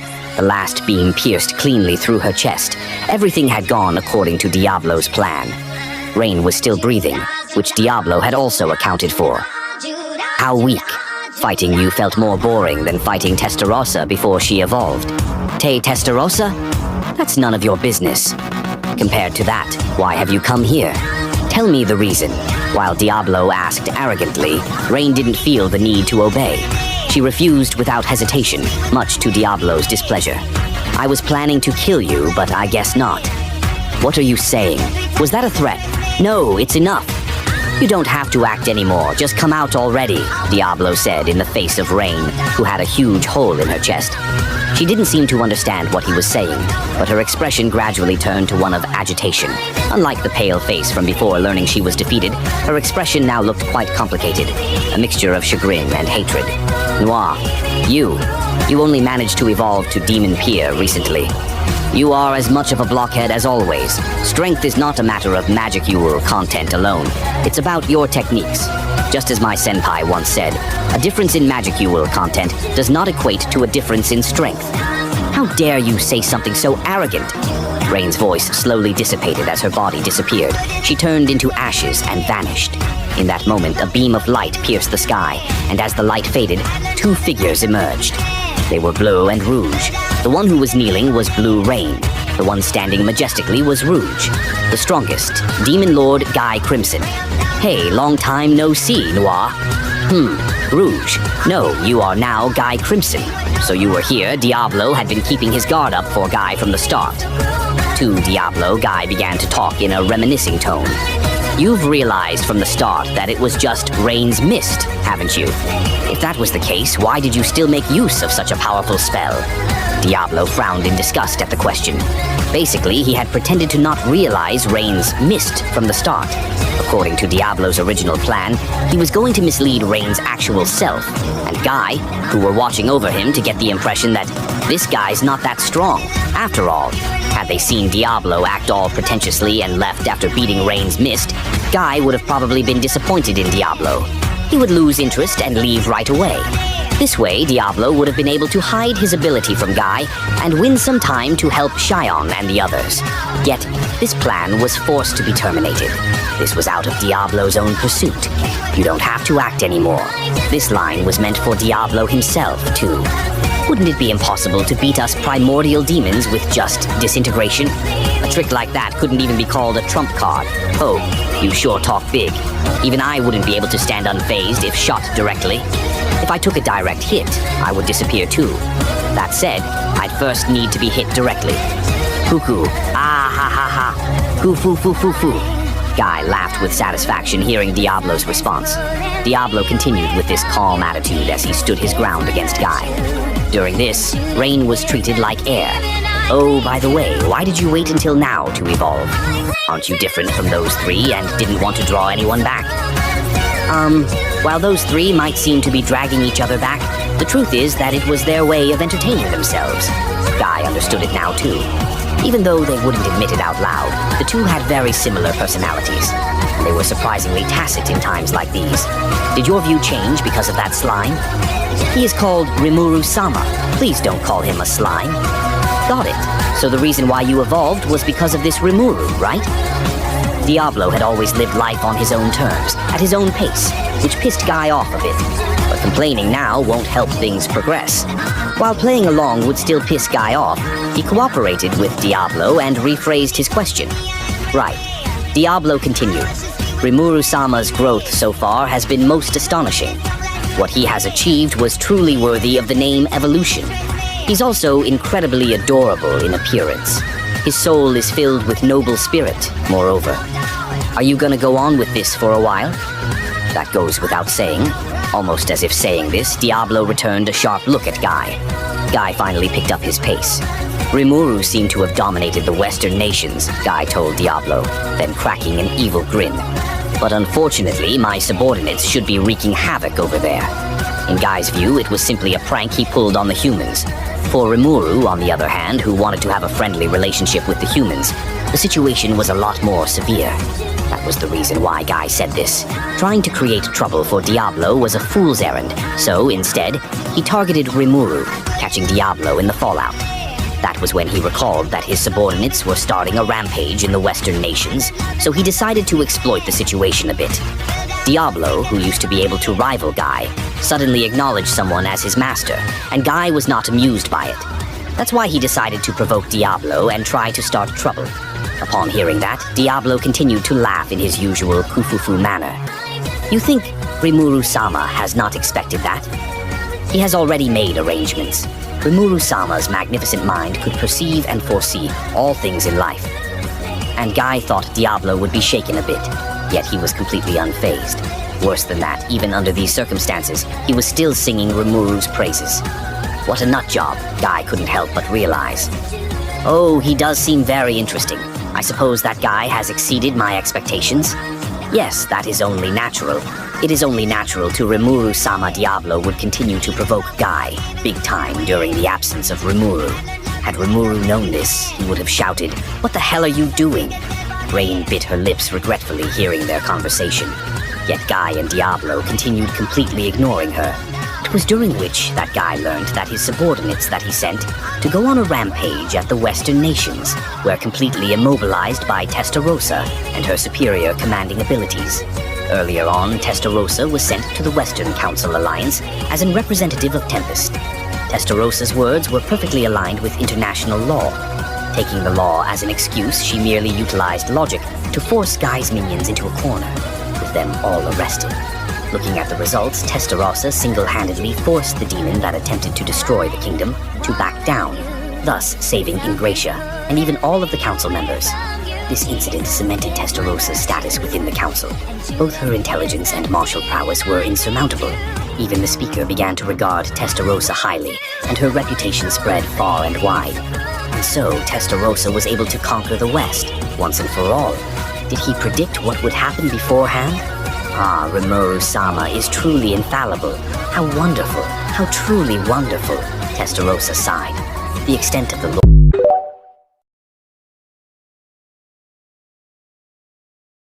Leon had finally caught on to the meaning behind Rimuru's words.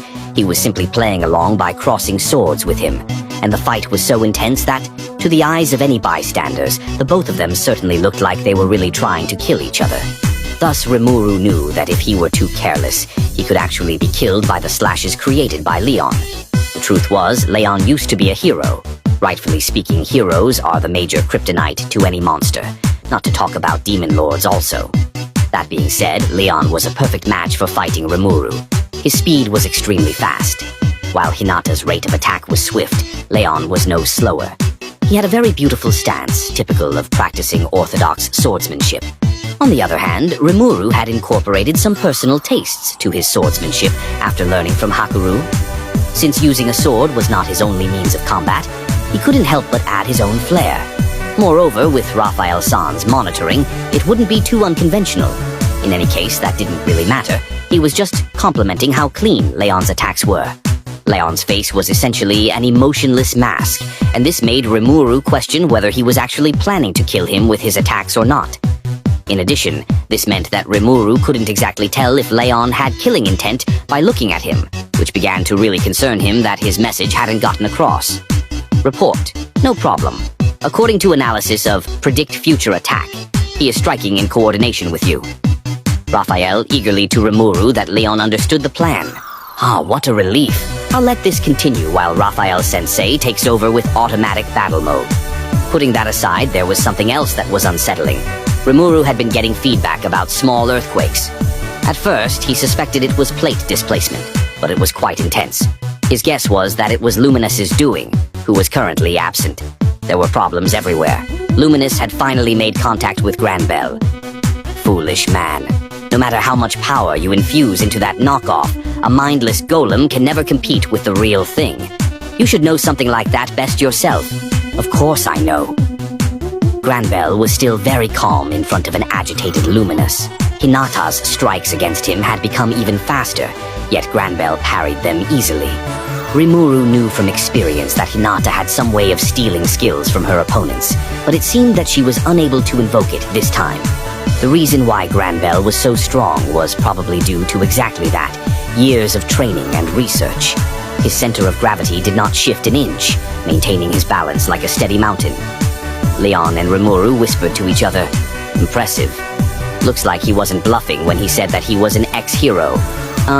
This was a little bit unexpected." We were ignored as Luminus and Granbell continued to speak. "What in the world are you planning to have done this?" Luminus said while gently laying the woman in her arms down. She looked like she had fallen asleep. No, she was already dead. As the name suggested, she had merely been turned into a familiar through the manipulation of her corpse. Since she did not have a soul, no matter how much energy was inserted into her, it was meaningless. Because it is necessary. Everything I have done was for this exact moment. Facing a confused Luminus, Granbell took off the glove on his left hand, revealing an engraving on it. It began to glow, and responding to it was the body of Maria, which also started to shimmer along. "What are you doing?" Luminus questioned loudly, but this unfolding event was undoubtedly on everyone's mind. An unbelievable phenomenon was occurring right in front of us. Maria's body turned into a beam of light and was absorbed into the engraving on Granbell's hand. Soon after, Granbell's body quickly began filling up with power. It was not only his magicule content, his physical body also seemed to enhance. Granbell's cells were now rejuvenated, his white hair transformed into a shiny golden color, and his withered skin regained their elasticity. The hero of the past had returned, a young Granbell Rosso. His eyes were sharp. "You even put my love energy into Maria's body," Luminus shouted while Granbell nodded in confirmation. Love energy was the power to help maintain one's youth. Was that power originally granted to Granbell, now fully restored in him? Whatever the case may be, the end result was the Granbell in front of us. Luminus-sama. No, Luminus. Our duel has yet to be settled. I remembered that I can't die before this is all over. Now that Mariabelle is dead, my ambition has changed, but I still intend to complete one final wish. "You scum. Don't you underestimate me now?" Two people responded to Granbell, and they were Luminus and Hinata. Granbell, now revitalized, turned his head towards Hinata. Hinata sure was impressive to have dodged that unscathed, but her accomplishment paled in comparison to how Granbell was able to unleash the ultimate holy sword art with ease. It was a feat simply beyond imagination. He had become an unthinkable monster. Hinata, in the past, I was very confused about why you couldn't become a hero. One cannot dream of becoming a hero through talent and hard work alone. Without the endorsement of spirits, it is impossible to obtain the credential. That said, however, you were endorsed by spirits, and yet, how unfortunate then. So what if I was endorsed by the spirits? I simply can't become what is impossible. Had you awoken as a hero, it would have surely helped with my ambition. Allow me to give you a word of advice. Is there darkness in your heart already? You killed someone close to you, haven't you? Your parent, sibling, or perhaps a friend? Shut up! Hinata had previously kept her distance in order to dodge the melt slash, but now she charged forward to close in on Granbell. Her eyes were brimming with rage. Granbell's words probably hit a nerve. The clashing of swords resounded. Granbell remained still. Instead, it was Hinata who was sent flying away. The difference in strength was too overwhelming. Comparing Hinata to Granbell was like comparing an infant to an adult. Granbell knew exactly what he was doing. He intentionally swung his sword while purposely egging Hinata on, and before she knew it, the disintegration released from his slash could not be stopped. Rather than a slash, it was more like a strike, something akin to a melt strike. The strike would travel at nearly the speed of light and pierce straight through its target. Rimuru instantly knew who Granbell's actual target was, as he immediately bolted towards that kid's location. Yet, according to his calculations, he wouldn't make it in time, even at full speed. Thereby, Raphael proceeded to activating gluttonous King Beelzebub and consumed the entire space in front of him. Rimuru couldn't travel at the speed of light, but since knew that his target was Chloe, he should be able to make it. "Chloe!" Rimuru shouted. Then it was all over. Hinata took action first. Without a hint of hesitation, she jumped in between Chloe and Granbel's attack. Sacrificing herself, she let Granbel's melt strike hit her directly in the chest. It instantly pierced through, and Hinata coughed up blood as she fell to the ground. However, this merely reduced some momentum of the beam as it continued to approach Chloe. Unexpectedly, another individual jumped into action right after Hinata. It was Venom. Just like Hinata, he planned to sacrifice himself in order to protect Chloe. Likely out of loyalty for Diablo's order, Venom had been extremely focused this whole time to ensure the children's safety. That was why he managed to make it in time. Ooh, that hurts. He seemed pretty energetic, even with a gaping hole in his stomach. As expected from demons, so long as their soul remained intact, they would be perfectly fine even if their bodies were destroyed. It might have been a different story if Granbel's target was Venom, but that was not a question I had time for. Thus, Rimuru managed to make it thanks to the extra time Hinata and Venom bought, consuming the entire space in front of Chloe. With that, he appeared in an instant. Rimuru immediately deployed his absolute defense of Covenant King Uriel to protect Chloe. Luminous immediately ran towards Hinata to inspect her wounds. "Hinata, are you all right?" Leon seemed to be acting strange, having heard Chloe's name. But that was the least of Rimuru's problems. Although her superficial wounds were being healed, Hinata grew weaker and weaker regardless. The spirit Rons were destroying her spiritual body. At this rate, even her astral body would start eroding. If that happened, even she. It was then that Hinata opened her eyes slightly. Good. You're doing great, Hinata. Stay awake now. No, Lady Luminous. Hinata eagerly tried to grab onto her hands. Hinata would be in mortal danger if this continued. But even so, Luminous tried her best to save her. Granbel's skill truly was deadly. Despite the blood dribbling from her mouth, Hinata managed to hold herself up. She had a will of steel. Even though her eyes were unfocused now, a smile still hung on her face. Hinata extended her right hand to Chloe. It was trembling. She held out her moonlight rapier and a bracelet, the Holy Spirit armor. "Chloe, I leave it to you. Still, as your master, it seems that I couldn't do anything, but you'll be able to surpass me." Hinata's sentences were broken up, but she was able to convey the heart of her message to the weeping Chloe. Chloe reached out her shivering hands to touch Hinata, and in the next second, Hinata's body began to glow, with the light seemingly drawn to Chloe's hands. Am I seeing things? Even Luminous was quiet, or rather, time had frozen for a brief instant. Chloe's cry reached my ears. You are lying. I didn't know about this. Why? It's not time yet. Hey, Chloe, Rimuru tried calling out, but Chloe had vanished without a trace, as if she were never there to begin with. Rimuru was deeply confused. Chloe, where are you? Rimuru, damn you. What did you do to Chloe? Leon demanded as he clutched my shoulder, yet I was equally confused. Where did Chloe go? No, I have no clue. Could she really have just disappeared? Leon began to anxiously turn his head around in search of her. Rimuru, on the other hand, felt incredibly shocked. What just happened? I had absolutely no idea. Unknown. Situation is abnormal. No information can be obtained regarding what occurred with individual Chloe Aubert. To my surprise, even the usually reliable Wisdom King Raphael offered no information about the situation. Nevertheless, I didn't even have time to be dazed.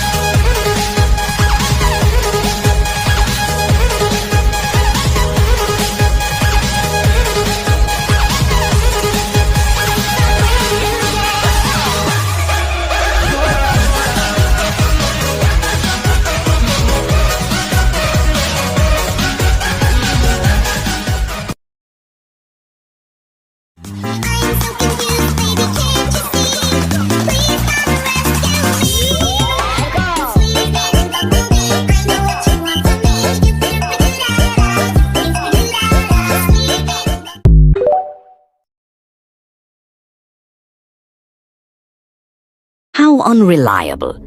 As I suspected, this guy had gotten weaker after turning into his human form, and because of how confident he acted before, my disappointment was immeasurable, and my day was ruined. I had been looking forward to Veldora beating Cronoa, but as it turned out, there's no free lunch in this world after all. Seriously, how are you so careless? Obviously you would have gotten hurt. I started crying, seeing the pathetic state Veldora was in. This was some grade A bullshit.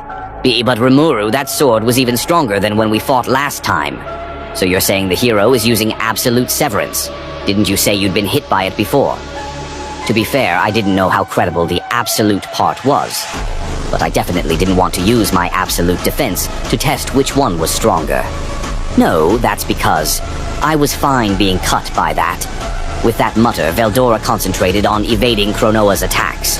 He would get cut at times, but fortunately, he seemed to have strength to spare. No, in fact, I understood what Veldora meant. He was saying that in his previous battle with her, he didn't take nearly as much damage with these same slashes. But the reason why was rather obvious if you thought about it a bit.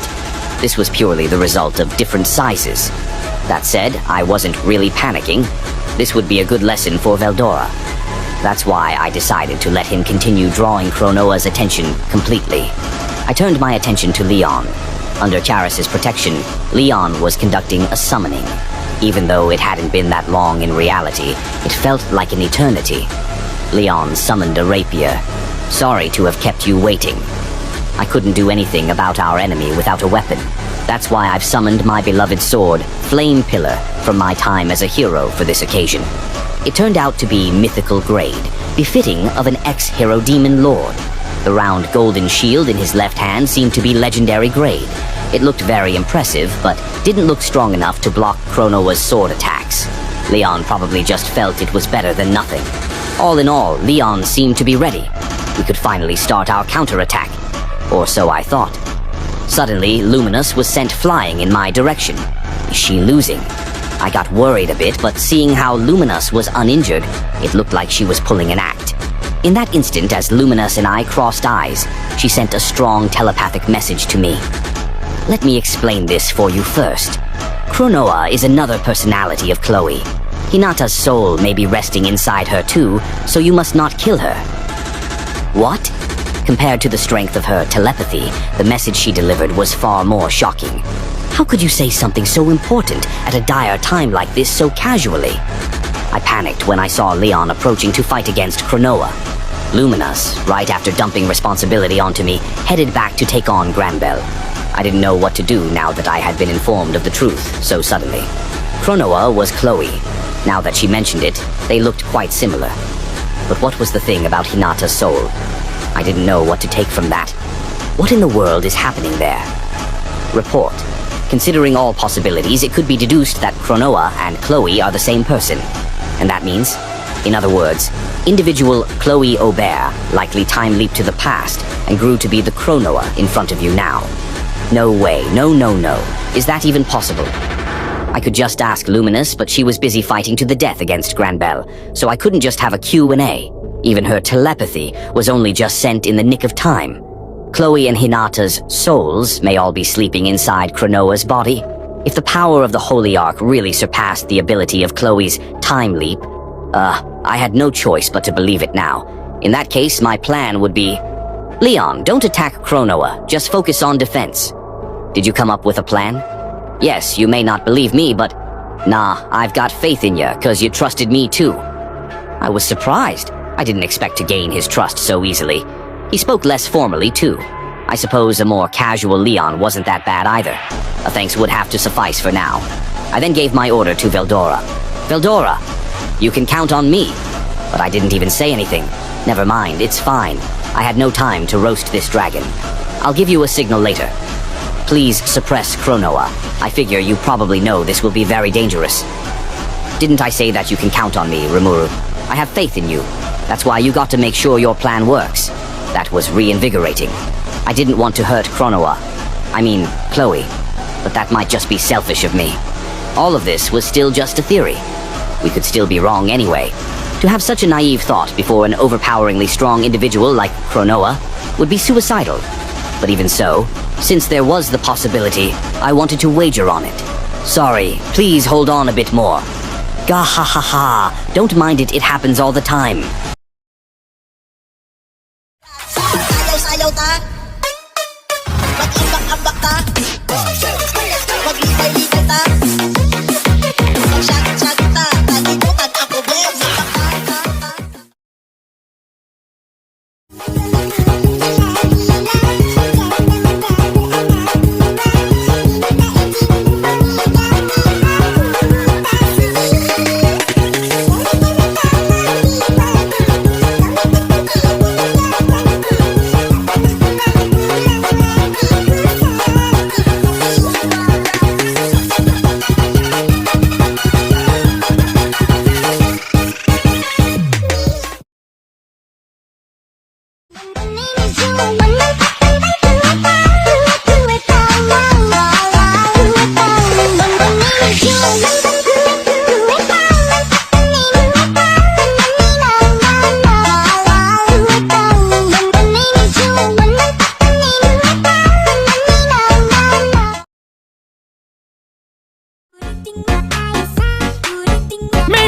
In our universe.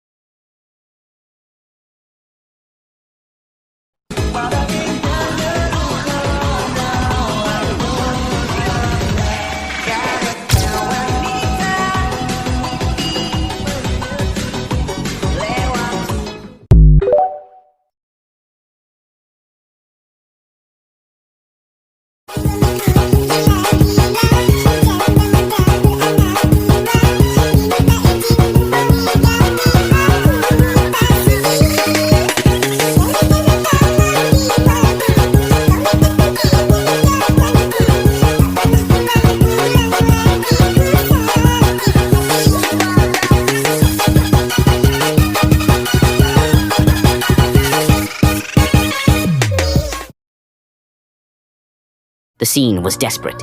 Yuki was lying on the ground, physically outmatched. Against Guy's overwhelming strength, none of Yuki's attacks worked. It was no use trying any more tricks. Not even his strongest, most polished attack could leave a scratch on Guy. Damn it all. Yuki didn't have the strength to even get up again. The most he could do was curse at Guy. At this point, his prevailing resilience was praiseworthy.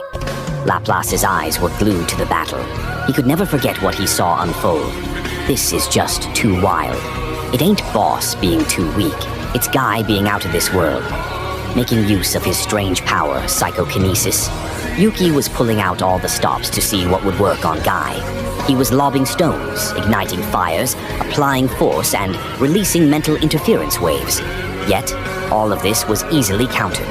Even though he was using ridiculous strength, 30 times stronger than an average human, to launch attacks at speeds over 100 meters per second. His attacks were child's play to Guy. Yuki's primary way of defense, anti-skill, was no exception. It was unable to stop Guy's magic after a few hits. That won't work on me anymore, Guy taunted. It appeared that he had figured out how to counter anti-skill somehow. That was a horrifying fact. So this, the power of a catastrophe class. Laplace had finally learned his place in the food chain, and that he should avoid those at the top. He had always chosen to hide his true strength from even his closest companions, yet against a demon lord like Guy, he wouldn't have even made a scratch. Guy was on a whole other plane of existence compared to them. Someone has to make a sacrifice. Laplace made up his mind. He put on his usual half-hearted attitude and stepped in front of Guy. Magnificent Demon Lord Guy-sama. We, the moderate clown troupe, are open to any business requests. Currently, we are already employed by Yuki over there. Since our boss has lost now, we may logically consider our contract terminated. Laplace, what are you say? Laplas put on a front of betrayal, pretending to betray his companions, though rather flippantly. Laplas approaching Guy with this attitude was flirting with death. But at the same time, it also meant that he had Guy's attention. This could give Yuki just enough time to make his escape. Laplas made his gamble. Never betray your companions and never betray your client. That was the golden rule of the moderate clown troupe. That's why Laplas thought Yuki would for sure be able to pick up on his unspoken plan. It was because of this that Laplas decided to sacrifice himself. I'm sure I'd be of help to Guy-sama, so what do you say? At least spare me my life, Laplas shamelessly declared in open treachery. Footman and Terre were in utter confusion, while Guy looked on with curiosity as the edges of his mouth slowly widened into a grin. Great, I just have to keep this up and Guy will surely be pissed off. But just before he could say it out loud, "Ahaha, don't push yourself like that, Laplas." Seriously, am I really that unreliable? Someone spoke before Laplas. It was Yuki, shakily standing up. Yuki braced himself for his own death. At this moment, his heart filled with unquenchable resentment. He was angry at his own powerlessness. He was even angrier when he heard what Laplas said. Yuki had managed to interpret Laplas's words correctly. Laplas would never betray him. In other words, what he had said was all an act. Even when Yuki was in such a sorry state, Laplas still chose to have faith in him. His mind was swirling with joy, but also guilt. If only I had more power. Realistically, nobody would be there to respond to his desperate thought. Yet at that moment, something spoke inside Yuki's mind. You want power? You need my help. Yuki was baffled. He thought he might have been hallucinating from the exhaustion, but the voice definitely sounded real. Just trade places with me. You will obtain the strongest power. Your wish is to conquer the world. Taking my help will make it a cakewalk. Come on, make your decision. The strange voice's proposition irritated Yuki. Shut up. I am me. It may be different from borrowing the strength of my companions, but I won't stoop so low as to borrow a stranger's power to fulfill my ambition. Yuki was confident in his choice to reject the offer. After all, going after a personal ambition would only be meaningful if it were achieved without outside help. Yuki had his principles, too. The voice fell silent, seemingly confused about his unexpected response. Even though the situation had become desperate, something caught Yuki's attention. He realized that Guy must have had some goal. Indeed, while Guy likely wanted to engage in battle, there must be some other reason. Guy said something along the lines of, "I don't want Rudra to gain more strength." In other words, if he would not go into the Eastern Empire and assist Rudra, Guy wouldn't need to kill Yuki and his companions. At least, that's how Yuki interpreted it.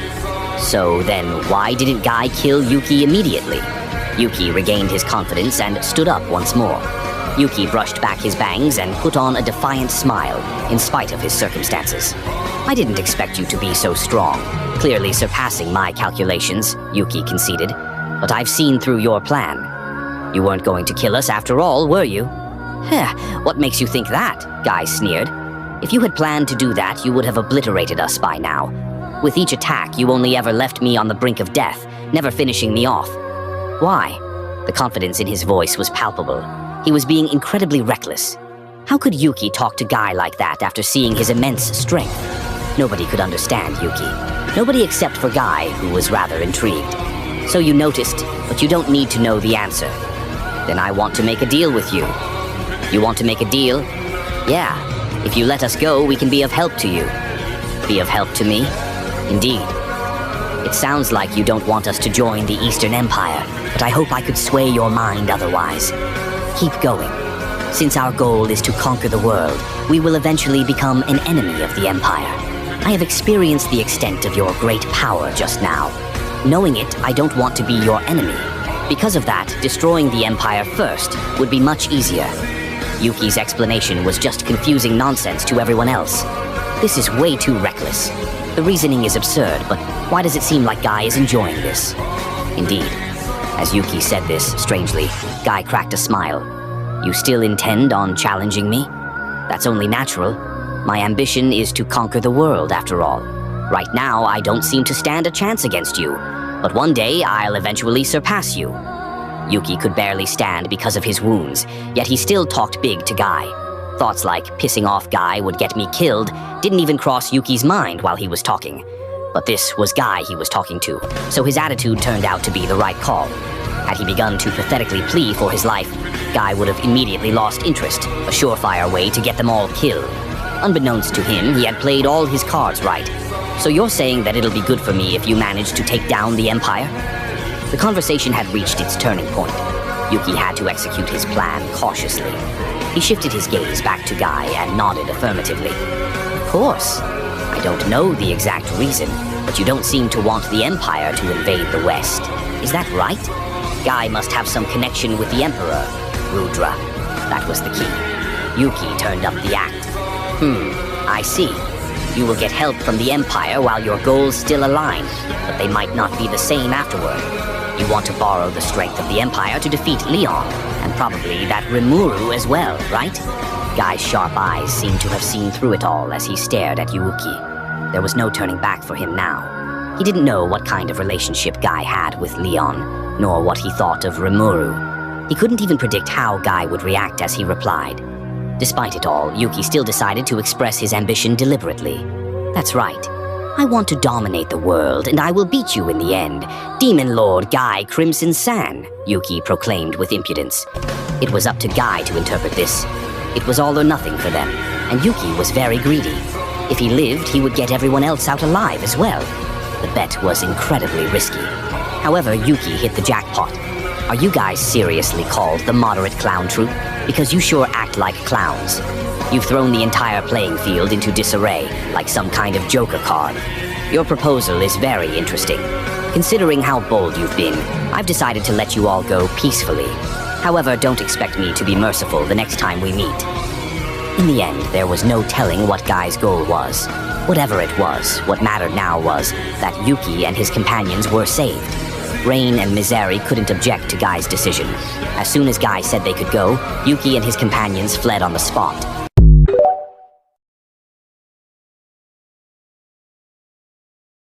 After Guy and his servants left, Yuki and the other clowns hurried to the agreed-upon rendezvous point where Kigali and the others were. Since there were no more threats, everyone thought that it was best to leave as quickly as possible. As opposed to the wounds he sustained in battle, his mind was far wearier. Yuki didn't want to argue any longer at this point. He lay down spread eagle on the ground and closed his eyes. Suddenly, he remembered something. What was that mysterious voice he heard halfway through his battle? Was it my alter ego? No way, that sounds like some made-up nonsense. Actually, hold on. Even though I don't feel there's any power hidden inside me, there's one possibility that I could think of. This greed sure is a mystery too, but there are always skills and magic beyond my imagination. Guy managed to bypass my anti-skill with his magic. I have to figure out how he did that. Yuki had an incredible amount of self-confidence, yet his ego took a huge hit after being taken down by Guy so easily. No, even if I'm not the strongest, with the right amount of research and strategizing, I can beat any opponent I face. Things are getting very interesting. Some extra difficulty really spices up a game. And so, Yuki was not frustrated at his defeats. Instead, he pondered further on it. Then he heard the voice one more, calling out to him. So, are you ready to take my help now? No, that's not my plan. Then what do you want? I have some business with you. Some business with me? Yes, I am going to take your power. Quit joking around. I'm not joking around. I am very serious, you know? Stop this nonsense. Sorry, but you're in my way. Ah. The next second, his wish swelled to fill his entire mind. He desired his true ambition and its fulfillment. He didn't want to be anyone's servant. His strong will turned into a weapon. Yuki was challenging himself. Then, the voice of the world rang out. Confirmed. Conditions satisfied. Unique skill. Greed has evolved into ultimate skill. Greedy King Mammon. Yuki opened his eyes once more, now with a smug smirk. I'll make good use of your power, he muttered quietly enough that no one else could hear. On that day, at that moment, at that place, the foulest Majin was born. Meanwhile, Rimuru and company were gathered in the most luxurious reception room available. The leaders of this conference were Luminous, Leon, and I. Given that it was a conference between demon lords, I put on airs to suit the occasion. Only those involved would take part in the meeting. Once we collated the various details, we would determine how much information we could share regarding Chloe. Given the circumstances, there was a tacit agreement that it would be better to keep Chloe's situation a secret from even our own subordinates. Shion, Diablo, and Veldora were also coming with me. Honestly, I didn't want Veldora to attend. Since he would get bored halfway through the conference anyway, I wanted him to play quietly in his room. But for some reason, he became all adamant and asked, "And why should I not be joining?" "If you insist." I had unwillingly agreed to let him participate. Shion was supposed to be in critical condition following her battle with Razul, but she recovered in the blink of an eye. Ultra-speed regeneration was indeed a very terrifying skill. She stood dutifully behind me alongside Diablo. Hinata was seated next to Luminous, with Louis and Gunther shadowing them both. Positioned behind Leon, the two knights, Alrose and Claude, were also at the ready. Last but not least was Chloe, the girl of the hour. Even though she returned to her childlike form, it would be prudent to treat her as an adult. The inside of the room was furnished with a rectangular table, along with 6 individual armchairs that we had provided.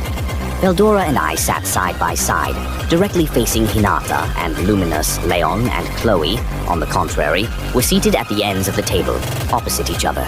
With that, the interim Demon Lord meeting had begun.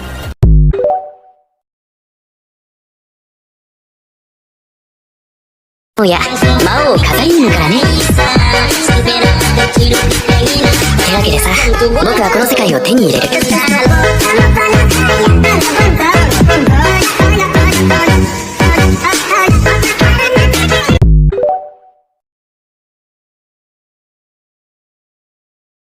Did you know how Yuki Kagurazaka came up with the idea to destroy the world system that Veldanava spent his life creating? Let me explain. Yuki's ultimate motive is to break free from the world's laws and destroy the system created by Veldanava, the god who made the world. He believes the entire world is nothing but a rigged simulation controlled by a god, and he wants to free everyone, even if that means destroying everything. Greater than, if the world is just a game made by God, then I'll break the rules and end it. This warped sense of freedom makes him act as an anarchist rather than a true villain. Yuki is charming, intelligent, and deceptive. He manipulated countless people to achieve his goal. Used Kazarium, a demon lord, and the moderate clown troupe. Manipulated Chloe Aubert, Hinata Sakaguchi, and even the Western nations. Created the children summoning incident to gather potential otherworlders for his experiments. To the world, he looked like a kind guild master of the Free Guild.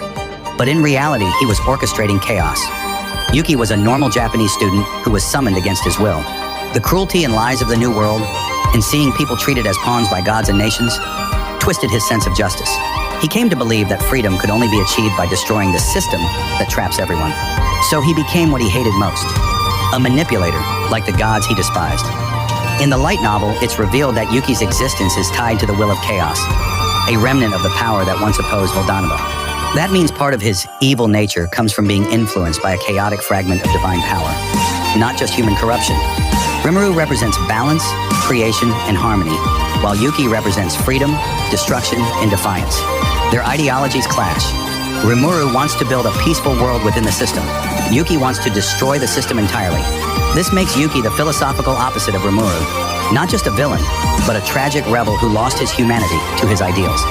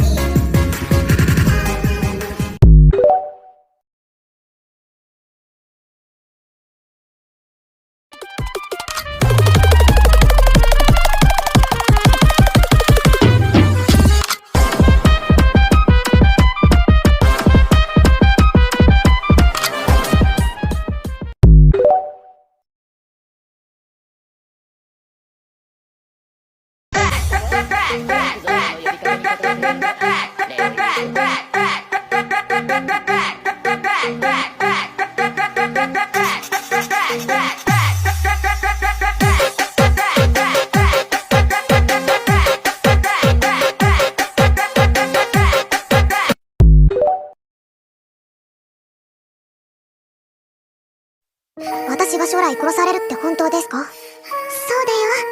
あの時はまだ真の魔王に進化してなかったんだ。リムル様が殺されるとベルドラが反乱を起こし、その時戦争が勃発した。その時魔王ミリムが怒りに満ちてやってきた。リムル様の死はすでに帝国に破滅の根源をもたらしていた。その瞬間、ギーが介入し、ミリム対ギーの戦いが起こった。だから、私を一人にしないでください。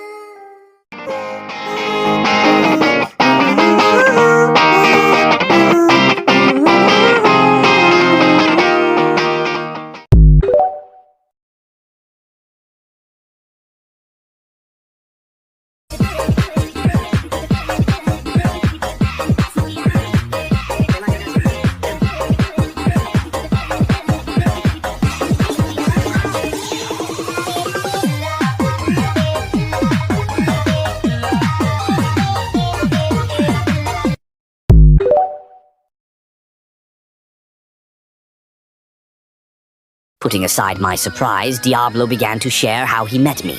Apparently, it went back to my encounter with Shizu-san. There seemed to be a connection between Diablo and Shizu-san, and when he sensed that she was about to die, he happened to visit this place. It was a surprise that Diablo already had his eyes on us back then, but I had no clue regarding his intention for doing so. A low-ranking demon from my lineage stole my position in line, and ended up getting summoned by Rimuru-sama instead. That was the height of my sorrow. However, I stayed calm and waited for another opportunity, and splendidly enough, I was able to successfully respond to Rimuru-sama's summoning. Diablo finished, grinning from ear to ear.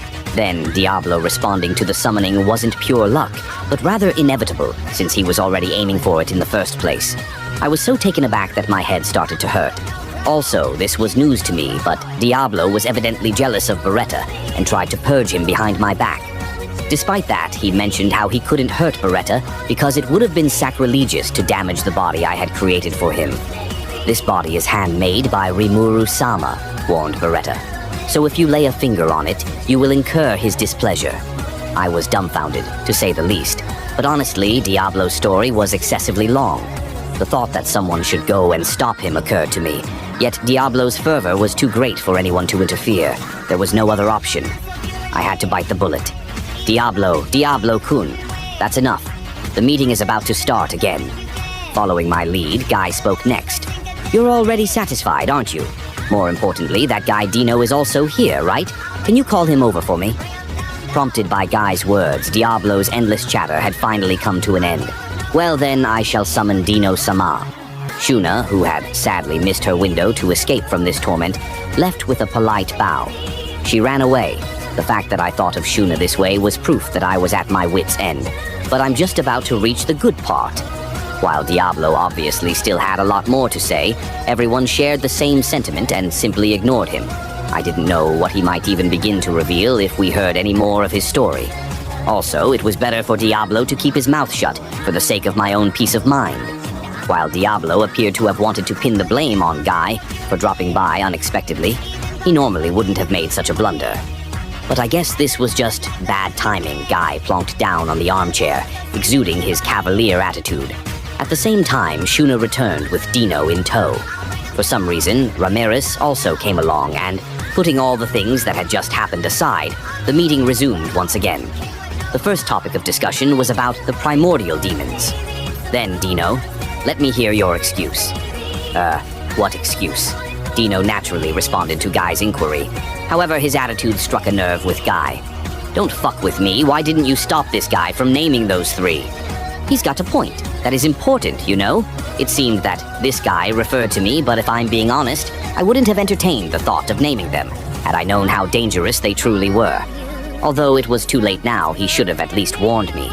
Listen, what the hell do you think I sent you here for?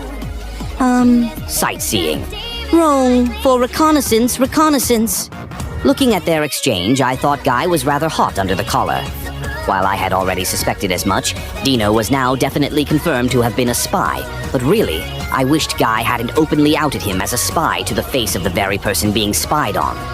And you too, don't make that innocent expression as if you had nothing to do with this. Oh, I got dragged into this as well. The fact that I was being scolded by the same people who decided to commit espionage against me was outrageous. This was Guy we were talking about here. Provoking him was definitely not a good idea. Gah, ha ha ha. Don't fret over little things, Guy. This isn't the first time he's granted names willy-nilly. Veldora Sane unexpectedly backed me up. Keep at it, I cheered in my mind. Shut up, Lumina shouted. Don't interrupt when the adults are in the middle of a conversation. Oh, okay. Veldora fell silent after that harsh rebuke. His inability to talk back demonstrated how wimpy he really was. Well, thanks to Veldora's sacrifice, their finger-pointing had shifted away from my direction. I didn't want to blow this opportunity, so I started to needle Guy with my grievances. First and foremost, I didn't have time to stop him, Dino said. When I saw Rimuru with the Primordials, I was totally baffled, speechless. After all, there's 3 of them, you know? I accepted the matter with Diablo because he's always been an oddball, but the idea that someone like Testarossa, along with those other 2, would willingly serve another person was something I couldn't even begin to imagine. Me too, I added. I wholeheartedly believed Diablo when he brought them here and promised that they would be helpful, and so I welcomed them. I never thought that they would turn out to be such big shots, since everyone was very polite about agreeing to work for me. They're under Diablo's direct control, and he's the one responsible for them. If anything happens, I'll also be held accountable, but it's only natural to trust your subordinates, right? Trying to come up with a good excuse, I redirected the blame towards Diablo. When you got down to the crux of the matter, Diablo was the root cause of all this trouble. That much was certain. I glanced at Diablo, giving him a hint that he should do his best to take on Guy's anger. When I did, for some reason, Diablo nodded happily after hearing my remark. Fu-fu-fu-fu-fu. Rimuru-sama's faith and his words fill me with joy. I will have to work harder to live up to his expectations.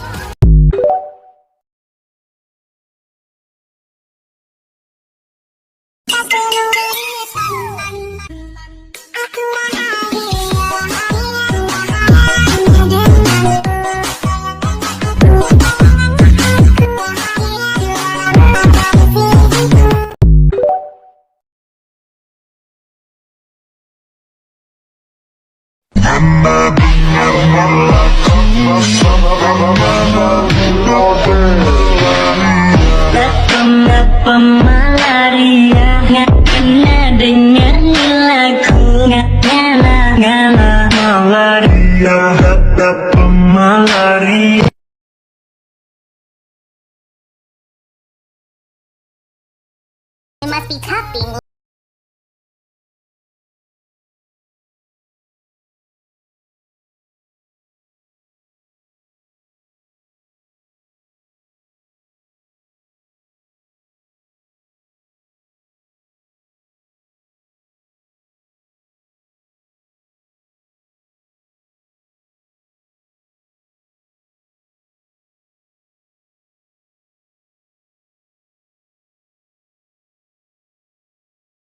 You don't know what I've been, you don't know what I'm drinking. I need a moment to think about nothing at all. Oh baby, you gotta stop. I see that you're calling. I told you that I ain't picking up. I know that you.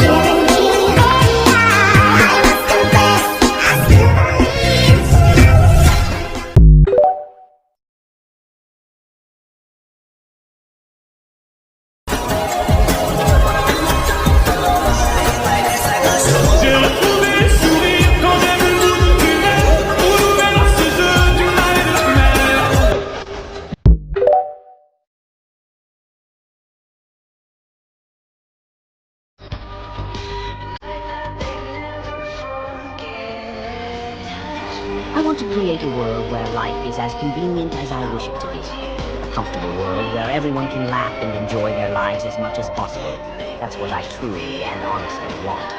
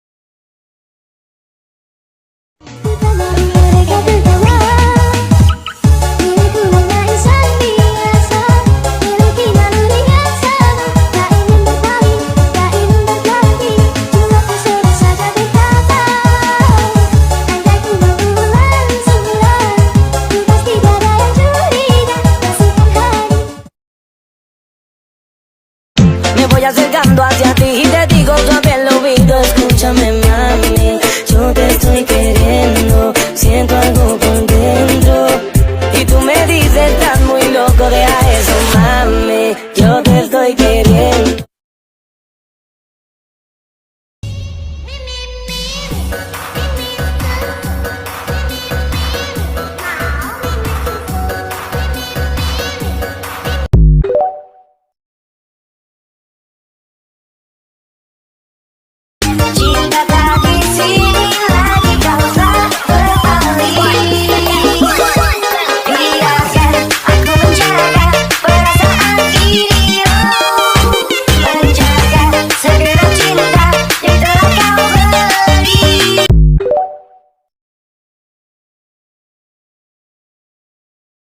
Kau sedikit mana tolong saya kan. Saya mau tolong bela saya hati cinta. Saya mau belakan saya yakinnya memang. Saya mau dari nol saya.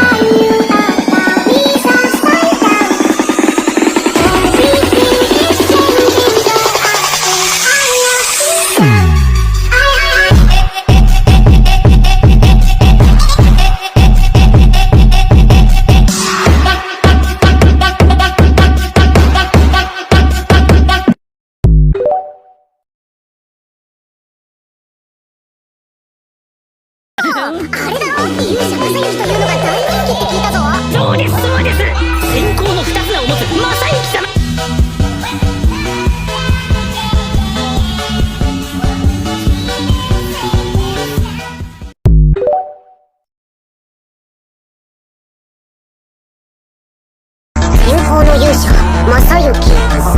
言い方いたします。一度会って話してみるさ。手出し無用、いいな。正幸くんどうします？この場でシールを消しますか？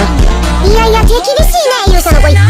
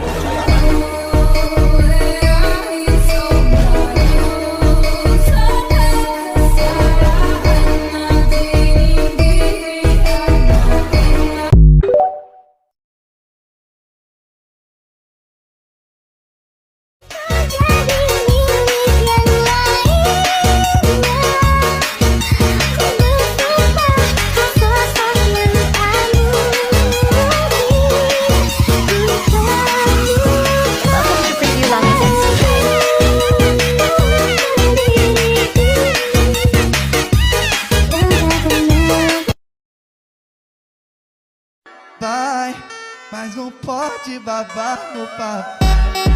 Mas não pode babar no papai. Mas não pode babar no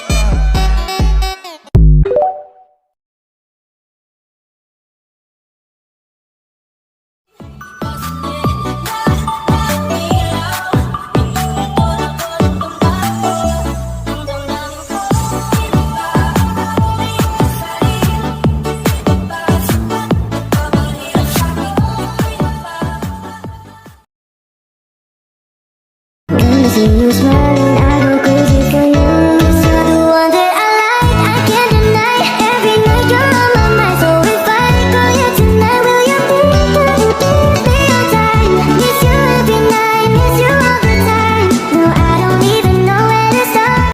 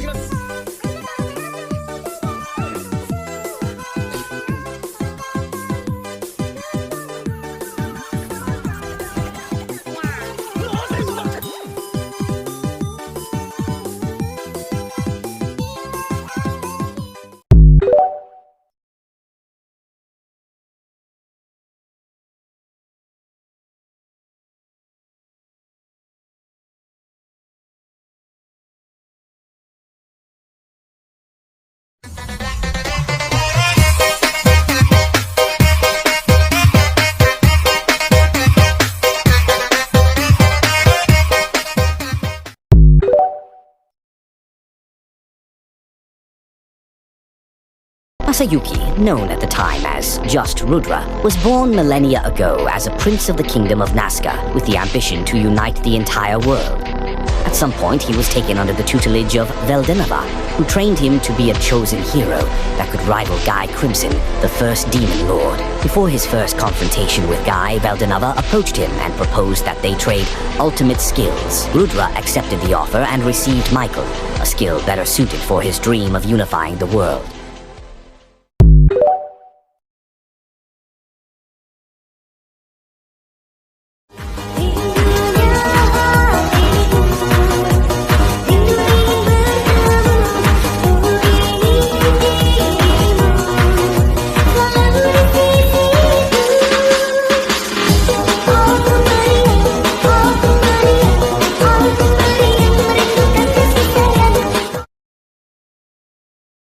Rudra, you see, he reached his limits long ago. He reincarnated himself so many times that it wore his soul out. What you see there is Rudra, but it's also not. He's long been replaced by Michael, Lord of Justice. Rudra once held pure and idealistic dreams of creating a perfect world where disputes could be settled with words rather than violence. The man with these naive ideals was slowly corroded away over time as Michael's control took control over his mind, his exhausted soul being chipped away by repeated rebirths, only serving to exacerbate the problem. Eventually, nothing more remained than an echo of his former self, a complete thrall to Michael that was imparted with the harsh ideologies of absolute justice and might make right.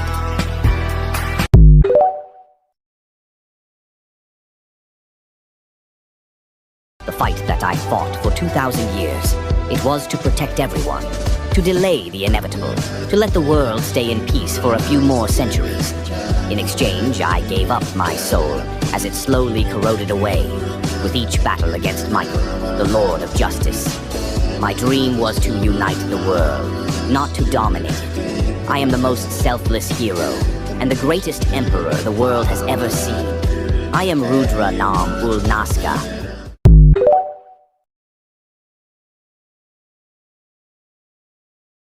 Tá cheia de tesão, eu vou te fuder com amor. Menina safadinha, arregaça esse popô.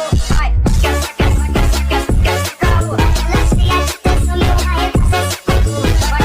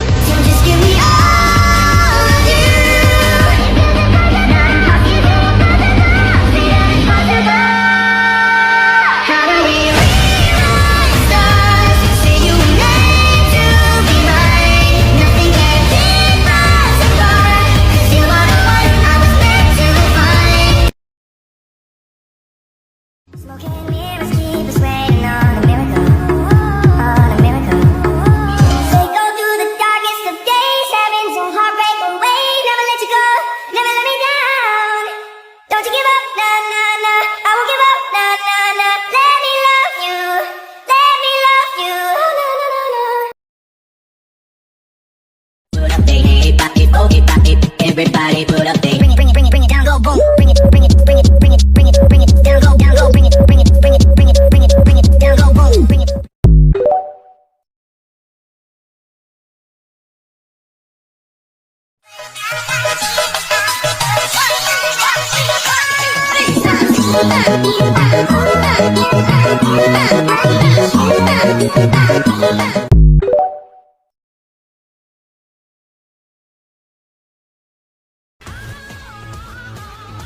そう、僕本庄正幸は勇者である。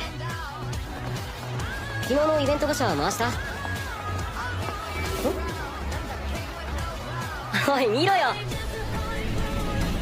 あの日突然この世界に飛ばされてきた僕はわけがわからないままいきなりトラブルに巻き込まれた。終わった。これ終わっちゃったっぽい。そう思った時だった。英雄的勇気ある行動を確認しました。ユニークスキル選ばれし者が解放されました。発動させますか？はい。確認しました。選ばれし者の効果で言語を習得。成功しました。目覚めたんだ。僕のユニークスキル選ばれし者が。なんてやつ感を払っていやがる。貴様ただ者じゃねえな。英雄覇気英雄のみが放つ覇気で格下の相手は浴びただけで威圧されて動けなくなる。怪しい術を使いやがってぶっ殺してやる。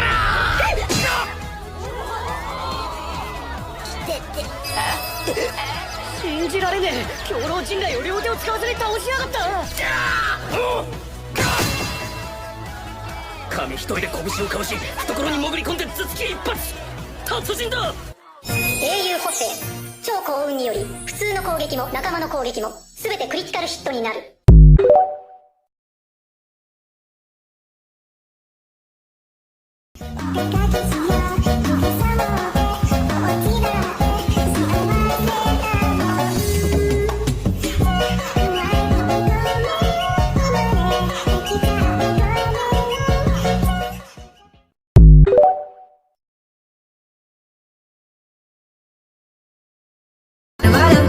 Sampai oke, merebut akan pulang dunia. Aku sayang tapi kayak kau.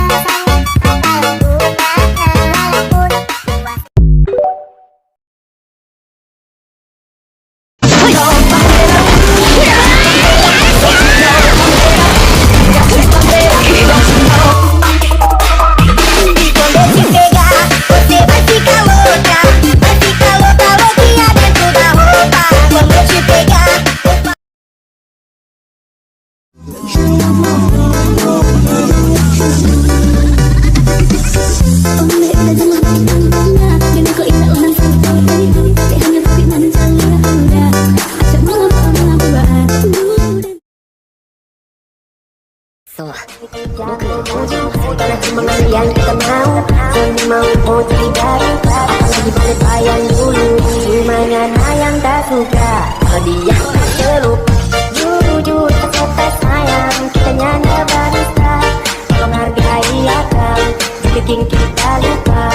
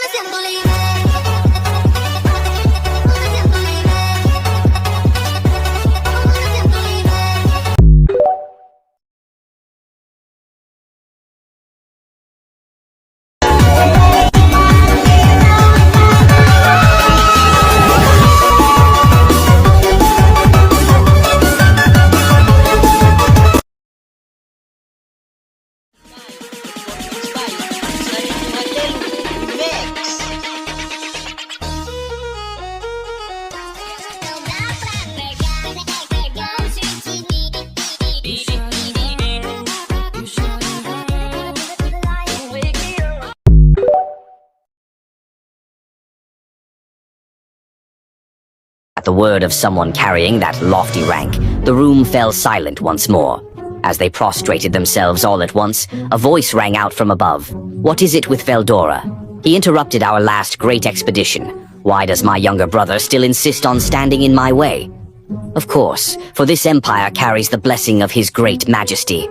An atmosphere, which while not overpowering was something no one could defy, dominated the room. Yuki, was it? The Marshal asked. You've been in the Empire less than a year, but your achievements are impressive. However, you are cowardly. Too cowardly. Do you know why the Empire has not made a move since Veldora's resurrection? It's because we were not ready. Yuki, confused why this was brought up out of the blue, tentatively gave her a safe answer. The Marshal, however, laughed scornfully. Wrong. It's because of the fools who are trapped by their fear of the past, giving all sorts of reasons just to escape. Isn't that right, Gadra?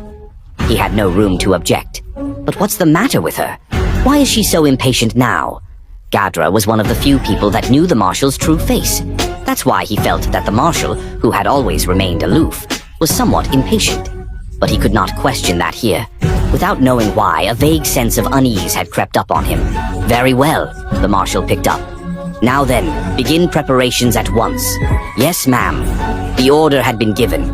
Without the Emperor, Rudra, saying even a word, the stage was set for the Empire's simultaneous three-front invasion. On that day, the Imperial Edict to start the war was issued in the name of the Emperor. Spirits were running high in the Empire. At long last, after centuries of slumber, the behemoth was raring to show its claws once more. Yuki let out a sigh of relief as the Imperial Conference ended. In the previous meetings, the Marshal never spoke, but this time she was actively interfering. As a result, Yuki was forced to tweak his plan a bit. With preparations for the war complete, Gadra wasn't still satisfied with waging war on Tempest, because he had already met Rimuru in the past and had close ties with him. Gadra's requested an audience with the Emperor. I suppose I should warn the Emperor. Gadra waited. Gadra's request for an audience with the Emperor was granted, but before he could get there, a fierce man emerged from the shade of a sakura tree. I thought I'd hidden my presence well. You're right, Gadra answered, and took out his beloved cane. I didn't notice you at all. It was just, what's the term, foreboding. Somehow, I guess, I had an ominous feeling for whatever reason. The attendant slipped away unnoticed. I can't let you have an audience with the Emperor. Why? Gadra asked incredulously. I have no intention of giving you the reason, and it's meaningless for you to know it. First Lieutenant Kondu responded and raised one arm, holding a glossy lump of black iron in his hand. It was a Nambu, the first Japanese semi-automatic handgun. Catch off guard by a sharp stab from behind, Gadra immediately understood. Gadra's senses grew fainter by the moment as the voice of Kondo faded away. At last, Gadra could feel death's cold embrace. Is this poison? What a thorough job. All of this is punishment for betraying His Imperial Majesty Rudra. Huh. A moment longer, and he would let out his final breath. Lying among the undying petals dancing through the air, Gadra played his final gamble. He invoked a spell he had prepared in advance, and lost consciousness on the spot. A few days later, Rimuru had completely lost touch with Gadra, ever since he returned to the Empire. I'm sure that old man's doing fine. He's a tough guy. I started to worry about him, though, and hoped to get in touch. But then Rimuru thought that maybe he had already been silenced. But luckily, they had already given Gadra one of Ramiris's armbands of resurrection beforehand. And through enough, he was killed. On that somber note, we headed to the room we had assigned to Gadra.